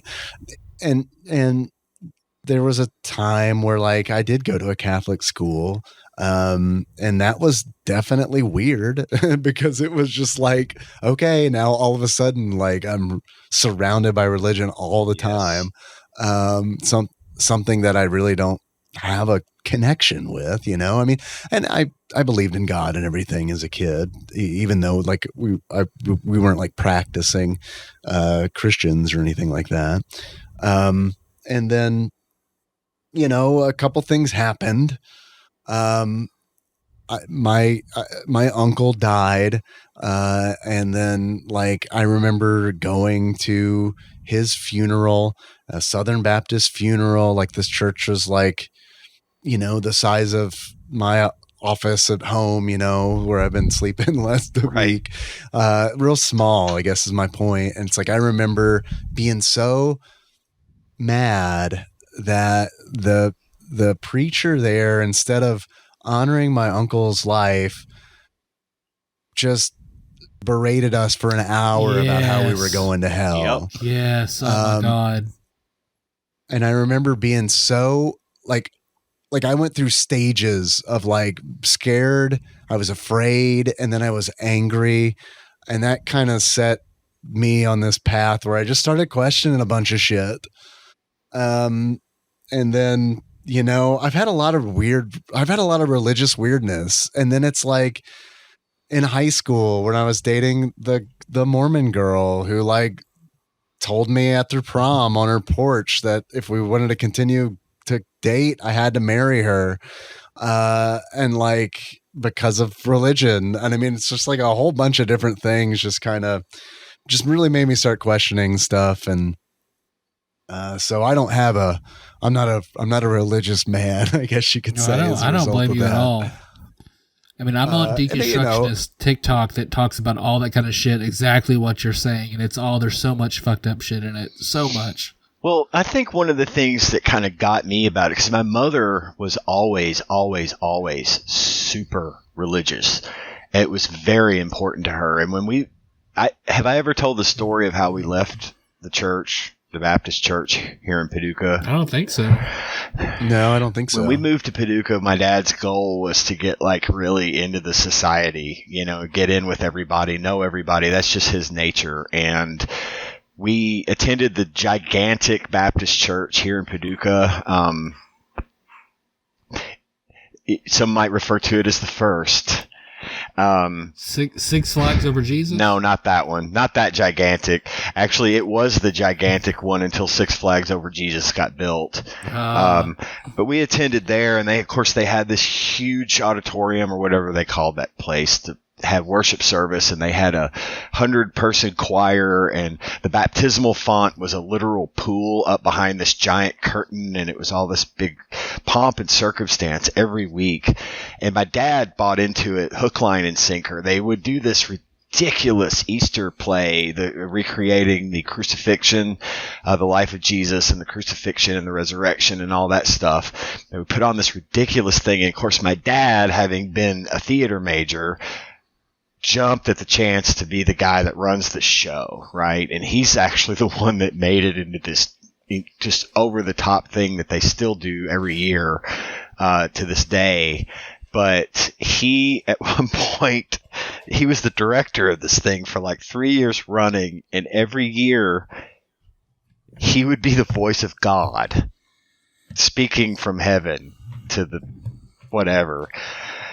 And I mean, that's how deep they were into this, right? And I remember one Sunday morning, we were at worship service, and there was a woman in the congregation who had been a member of, she was the oldest living member of the congregation, and she had been a member of the church's congregation for something like 60 years, and rarely missed church and all this other stuff. So they called her up to the front, and they gave her this little tree in a pot, and each tree had money tied to the leaves, or each leaf had, like, branch had like money tied to it. They like gave her money for being a member of the church for so long. Mm-hmm. And I remember, because I thought it was kind of, even the woman that got the thing was like, what the hell is this? I don't know where they came up with this idea, but there's a subreddit called Watch People Die Inside. And oh, yes. I looked at my father, and what's funny is we were in the middle of the aisle. We weren't on the end. I looked at my dad when this happened, and I think I remember probably being about 13 or 14 years old, and not quite understanding why they were doing this. And I looked at my dad, and I saw on his face the last 5 or 6 years of us being at this church just crashing down on him at once. And he literally stood us up right in the middle of this thing that was going on. No one was standing. And we excused ourselves all the way down the pew and walked right out the front door and never came back. Good. I was proud of my dad that day because, up to that point, I was like, you need to stop with this, getting so deep into this place because it's killing us. But yeah, he realized at that point that he was no longer interested in being a member of the church. And so what I was getting at by that is, when we left, my mom, while she understood why we left and while she supported that, and of course, my parents both being boomers, my mom's job was to support my dad, and if he says that, then that's what we're going to do. She didn't object, but I could tell that her not being able to go to church every Sunday was really upsetting her. She liked it. And it was very important to her. And I asked her once, but see, this is where I got confused, because I asked her once, I was like, Mom, you're into this. Why, if you're so, what if it's not real? Is all this for nothing? And she proceeded to tell me about her faith and how faith plays a factor. But what she ended the statement with was, besides, I'd rather not take the chance that it's not real and end up being wrong if it is real. Yeah, it's like, what's it gonna hurt? And I thought, well, I don't really understand that logic coming from someone who puts so much faith in religion, but okay, So that's just always kind of been why that whole thing never really set with me, because I never believed that I never could put stock in the fact that these people were really believing what they think they believe, if that makes sense. I don't know. That's just my skepticism at work. It's not to in any way disparage anybody's religious beliefs, but personally, it just bounced off of me. It just never sunk in, and that's the only reason I could come up with why. I get that 100%. Did you guys ever go to Judgment House? No. David, did you have to go? Yeah, I went. I didn't have to. I wanted to in high school. And I just did one time, and then that was kind of it. There was like a stint in high school where I didn't go to church, but I went to youth group, and like the youth group went one time. Yeah, social event. That was about it. Because just knowing now sort of how weird it is, and that they tried to pass as many kids as possible. Because I remember, so you would go to like a church, a large church, or maybe even a high school, because it was held at different places. So youth groups would go, people would go, whatever, and every scene, there are like 15 scenes, let's say. You start off and they tell you, all right, so you're going to watch the tale of the story of Tom and Jerry. And Tom will be played by different actors in every room, but Tom will always have on a blue shirt. Jerry will be portrayed by different actors, but always have on a red shirt. So you know who Tom and Jerry are. You're going to see their story. So basically it breaks down to where Tom and Jerry are best friends. They get in some sort of trouble. There is, at some point, anvils involved. Anvils, mouse traps. They fake mouse holes. Whole 9 yards. They have the opportunity to get saved. One of them will get saved, and one of them will not get saved. So then something happens, usually a car crash, and they both die. So then you get to go experience both things that Tom and Jerry would experience. Normally, first you'll go whatever, if it's in a church, that's where you'll go to the sanctuary. And there'll be a big thing set up. And of course, they've taken your names down beforehand. So you'll go and there'll be a big booming voice that is God talking to you. And God will say your name and how he hopes you make the right decision before the end of your life. And then they'll lead you off into their impression of hell. So hell will always be pitch black.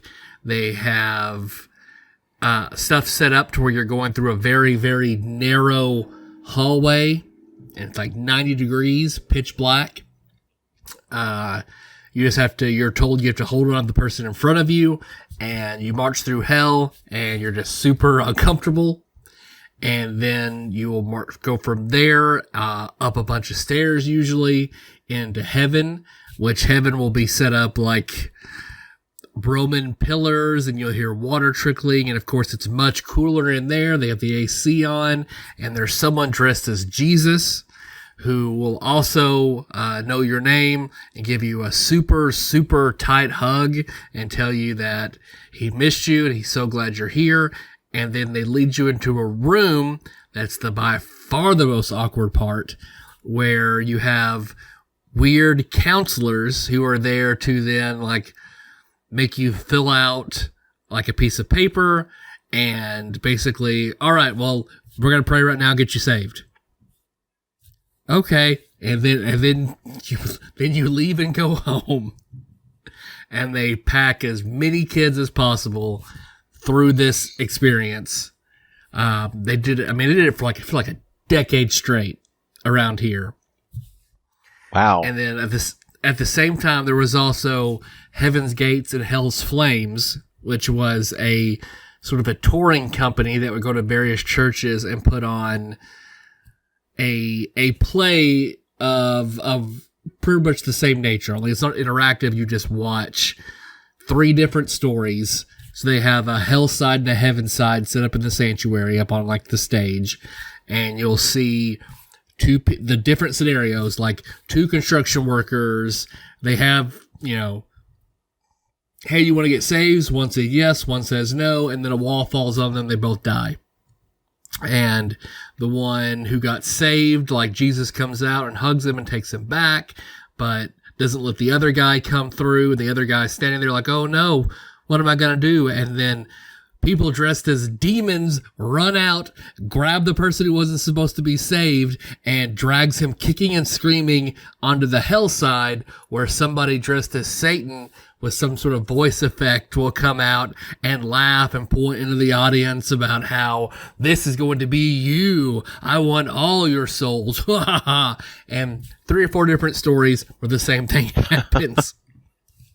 My dad got to be Jesus a few years. This was, of course, if you've seen me, I'm bald. My father is bald. He did not want anybody to know he was bald, so for many years he bought expensive hair pieces. No one at church knew he was bald, so he would wear his hairpiece to go put on the Jesus wig and be Jesus, where he comes out and hugs people. And it was always him trying to do everything as quickly as possible because his hairpiece and wig might fall off. So just looking back at shit like that now, or just the deconstructionism about youth groups and things, just hit home for me. And I always send them to Brandon too, because I grew up in church with Brandon of Axelay fame. So we both look back on it now and just, oh, holy shit, about a lot of it.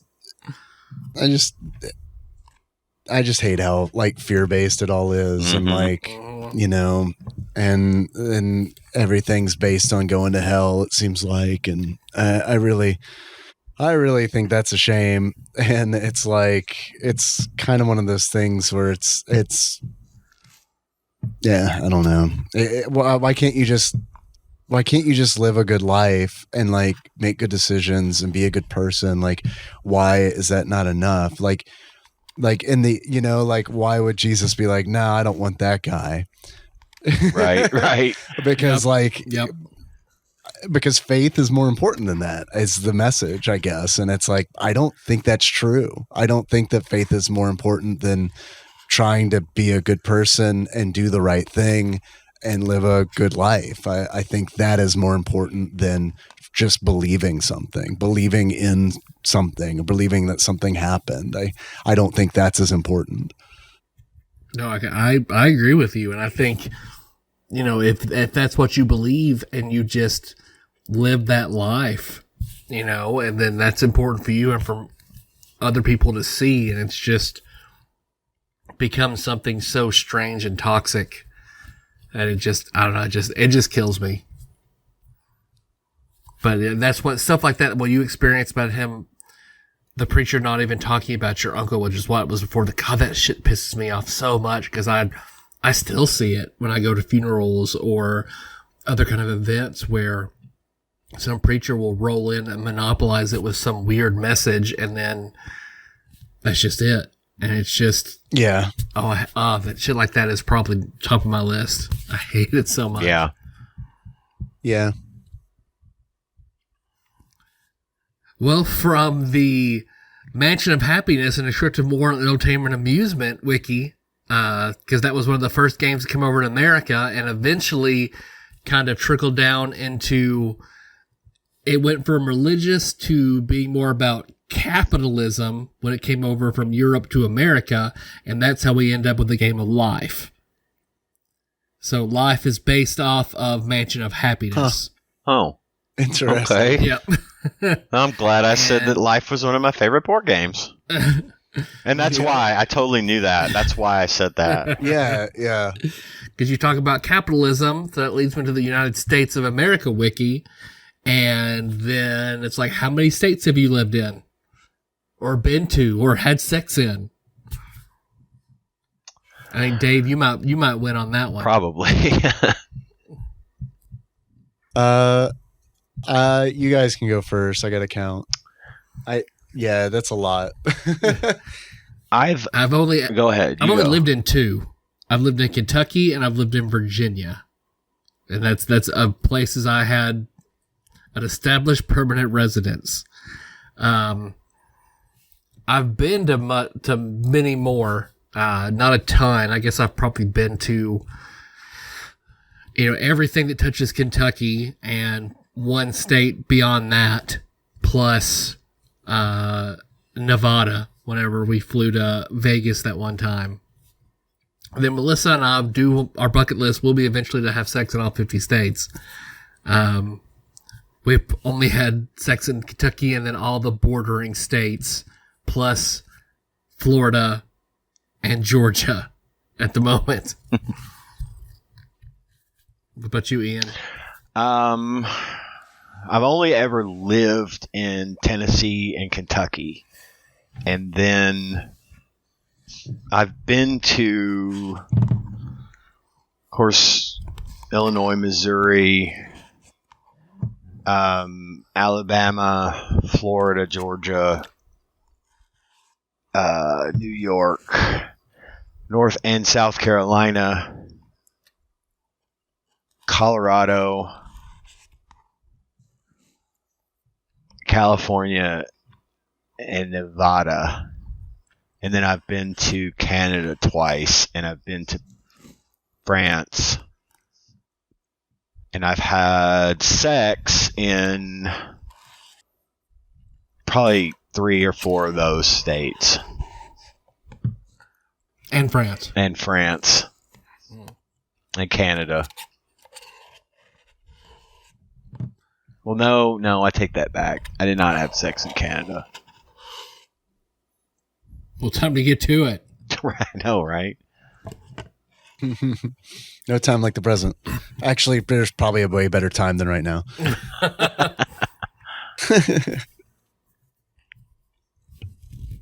What about you, Dave? Have you tallied?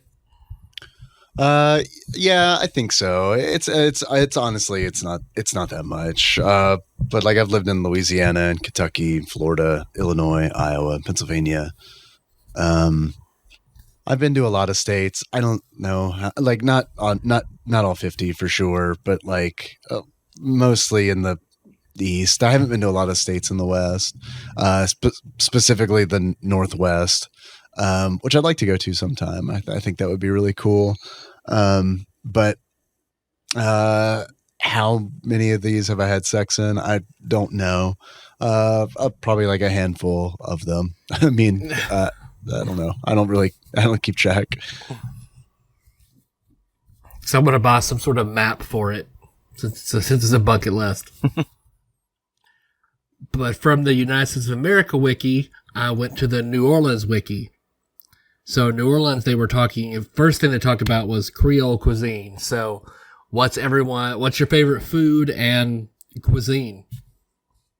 I'm not good for answering that question. I can say that my favorite food is pizza. I don't really have a particular. I guess probably I'd say my favorite Italian. My favorite cuisine, like as a whole. If I had one food to pick, it'd be pizza. Kid cuisine. Yeah, kid cuisine. Especially that corn and brownie, whatever that brownie thing was. Yeah, that for sure. Kind of mushed together on the edges. Yeah. That's my favorite food. No, if I had to give me kid cuisine, or I say the F word. Oh, if I had to pick one food that's my favorite, it's pizza. No pineapples, and my favorite cuisine is probably Mexican. What about you, Dave?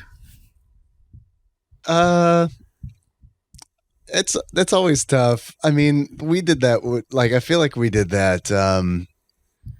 Marry, fuck, kill. Yeah. Where it's, what was it? It was like, it was like Mexican, Chinese, or Thai food. It was like, ooh, I don't know. That's really I'm jumping really out the window and screaming, I regret nothing, because I don't want to answer that. Yeah. I mean, for like being born in Louisiana and like a lot of family down there and stuff, you'd think I'd be like I like seafood a lot more than I do. I really don't like seafood, and Creole like is good. I mean, I like Creole, and it's like crawfish étouffée and all that, and gumbo. I do like gumbo, but like, and like a crawfish boil. I like all that, but I don't know that it's definitely not a favorite. Favorite is gonna probably be like it. It might be Thai. I mean, it really might be Thai, because it's like,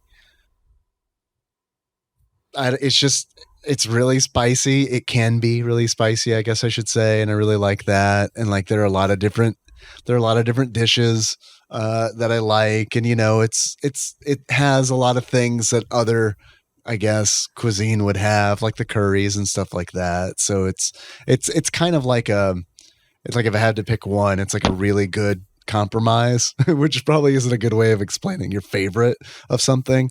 But I do really like it. And it also helps that I had it super recently. So we do have one really, really, really good Thai place in town. I finally got to eat there. And yeah, what'd you think? It was really good. Think? Yeah, I enjoyed it. What'd you get? I got teriyaki chicken. Okay. That's what Melissa gets. Stir fry style. Loves it. And I'm glad like they ask you, what you want your spice level to be, and I said mild because I didn't want to like get something too spicy and then not have dinner because I couldn't eat it. And even their medium has a punch. Yeah, I felt that the mild was good for me. I feel like they're not as bold as they used to be, which is a little disappointing for me. It's still good, but I feel like they made a change in the kitchen. Like, I feel like someone complained or something, and then it probably. like scared a chef in the kitchen or something, or like maybe there's like pressure, because it's like, it's still really good, but like the traditional Thai hot is not what it used to be. Really? Maybe they heard my seed story and they were like, we have to stop. I don't. So I remember I don't know. Their Thai hot, like pad Thai I used to get. It's like, that's my upper limit. Like, it was like, damn. But my favorite. Go ahead. They used to not play for sure. Now they play a little bit. We play a little bit. Now they play a little bit for a treat. My favorite singular food is probably sushi, and then cuisine overall that everything I have is always like, yeah, this is good, would be Indian food. Yeah, Indian food's really good. I haven't had Indian food in a minute though. Oh, I ordered because I went down a YouTube rabbit hole on chicken tikka masala because Melissa like loves it. All the girls except Anna enjoy it. So I went on an Amazon spree and made like as close to like authentic, like, because it's chicken tikka masala is an English curry, so as authentic as the Indian immigrants to England make it. Because now it's like England's national dish. So everything that they do, I ordered like mustard oil and the fenugreek and everything from Amazon and made like as authentic as I could make it. And that went over really, really well. So I've been doing that because otherwise the closest place for Indian food I think is like Clarksville, which sucks. But that puts us, we're over 3 hours, and I'm about halfway through. I'm on through my rabbit hole. Damn, it's a thick boy. Yeah. So that's probably pretty long in the tooth, if you boys want to call it there. Sure. Yeah, I think it's a good idea. I love this. I thought this was a lot of fun. Good. I'm glad. I'm very glad. Because next was let's see, favorite Greek gods. I eventually ended up on the Phil Spector Wikipedia, so, favorite serial killer or true crime. Few steps more to the Linkin Park Wikipedia, few steps more to the Kurt Cobain Wikipedia, one step more for the Donald Duck Wikipedia, so... Oh. We quit too early. Well, thanks for listening, everybody. You can find the show on iTunes, not SoundCloud, Stitcher, YouTube, Spotify, Amazon, Google Play, or just Google TADPOG. You'll find us. So let's see. Next week, if everything goes as planned, we'll be returning to the Scott Pilgrim game to continue those adventures. But in the meantime, if there's anything you want to send us, we're all back together. And at Not Doing Tabletop, we'll open some of those. So if you're sending it to Tadpog Studios, care of Nicole Nance, P.O. Box 3785, Paducah, Kentucky 42002. You want to call and leave us a voicemail, 270-883-2555. Hey, according to the hospital, COVID's coming back, so maybe we should sell masks again. Who knows? But if you want a shirt, shirts.tadpog.com. All right. Sweet. Masks.tadpog.com. Here, I'm gonna check that right now and see if that works. I'm too lazy to stop selling a thing, so I'm pretty sure we do. Ian, do you have any executive producers? I do. I have a nice list of nice people that donate $20 or more a month to the cause. And I'm going to read you that list right now, whether you like it or not. Starting with Usurper Grimm, Cousin David Galino, Temporal Eternal Savior, Cubicle Monkey, Plinko, Nick Price, Executive Producer, Dig Duggy, Cthusiast Jeff Miners, Clambro, Cody Phillips, Bantha Master, Gamebug Prime, Nathan Eaton, Matt Gentile, a.k.a. Gentle G, congratulations on your marriage, Magical Sleeper, a.k.a. Big Dick Pie Baker, Chris Vaughn, Princess Banana Hammock, Flavor Trick, Taryn Landon, Pinball Archmage, Chris Edler, I'm sorry you couldn't be on this episode, Platinum member Brett Miller, Sandwich Pope Phil Hawkins, Nate from Utah, first time caller, Drinksmith Joey Webster, Master Cycle Baron Kevin Link, Barbecue Baron Andrew Rowland, General Kenobi Massacre, and Sick Jake. I'm sorry you fell for the marketing. Thanks, guys. Thank you all very much. Nothing new on Patreon. And also, don't buy one of our masks. Get a real mask. Protect yourself. Exactly. Protect yourself. Essentially, what we sell is it's like a pair of underwear with loops on it. Watercolor tissue paper. Get a real mask.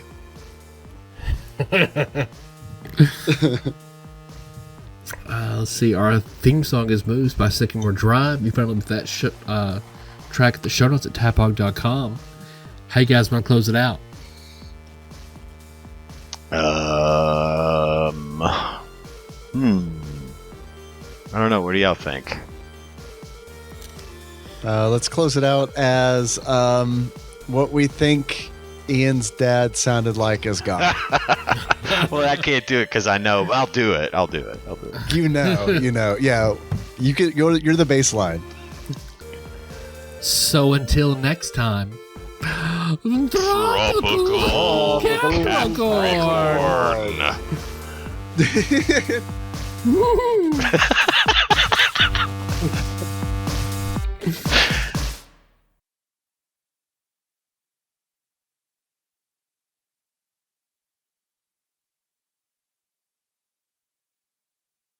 And now, a dramatic reading. I'm a savage. Yeah. Classy. Bougie. Ratchet. Yeah. Sassy. Moody. Nasty. Hey. Yeah. Acting stupid. What's happening? Bitch. Whoa. What's happening? Bitch. Whoa. I'm a savage. Yeah. Classy. Bougie. Ratchet. Yeah. Sassy. Moody. Nasty. Huh? Acting stupid. What's happening? Bitch.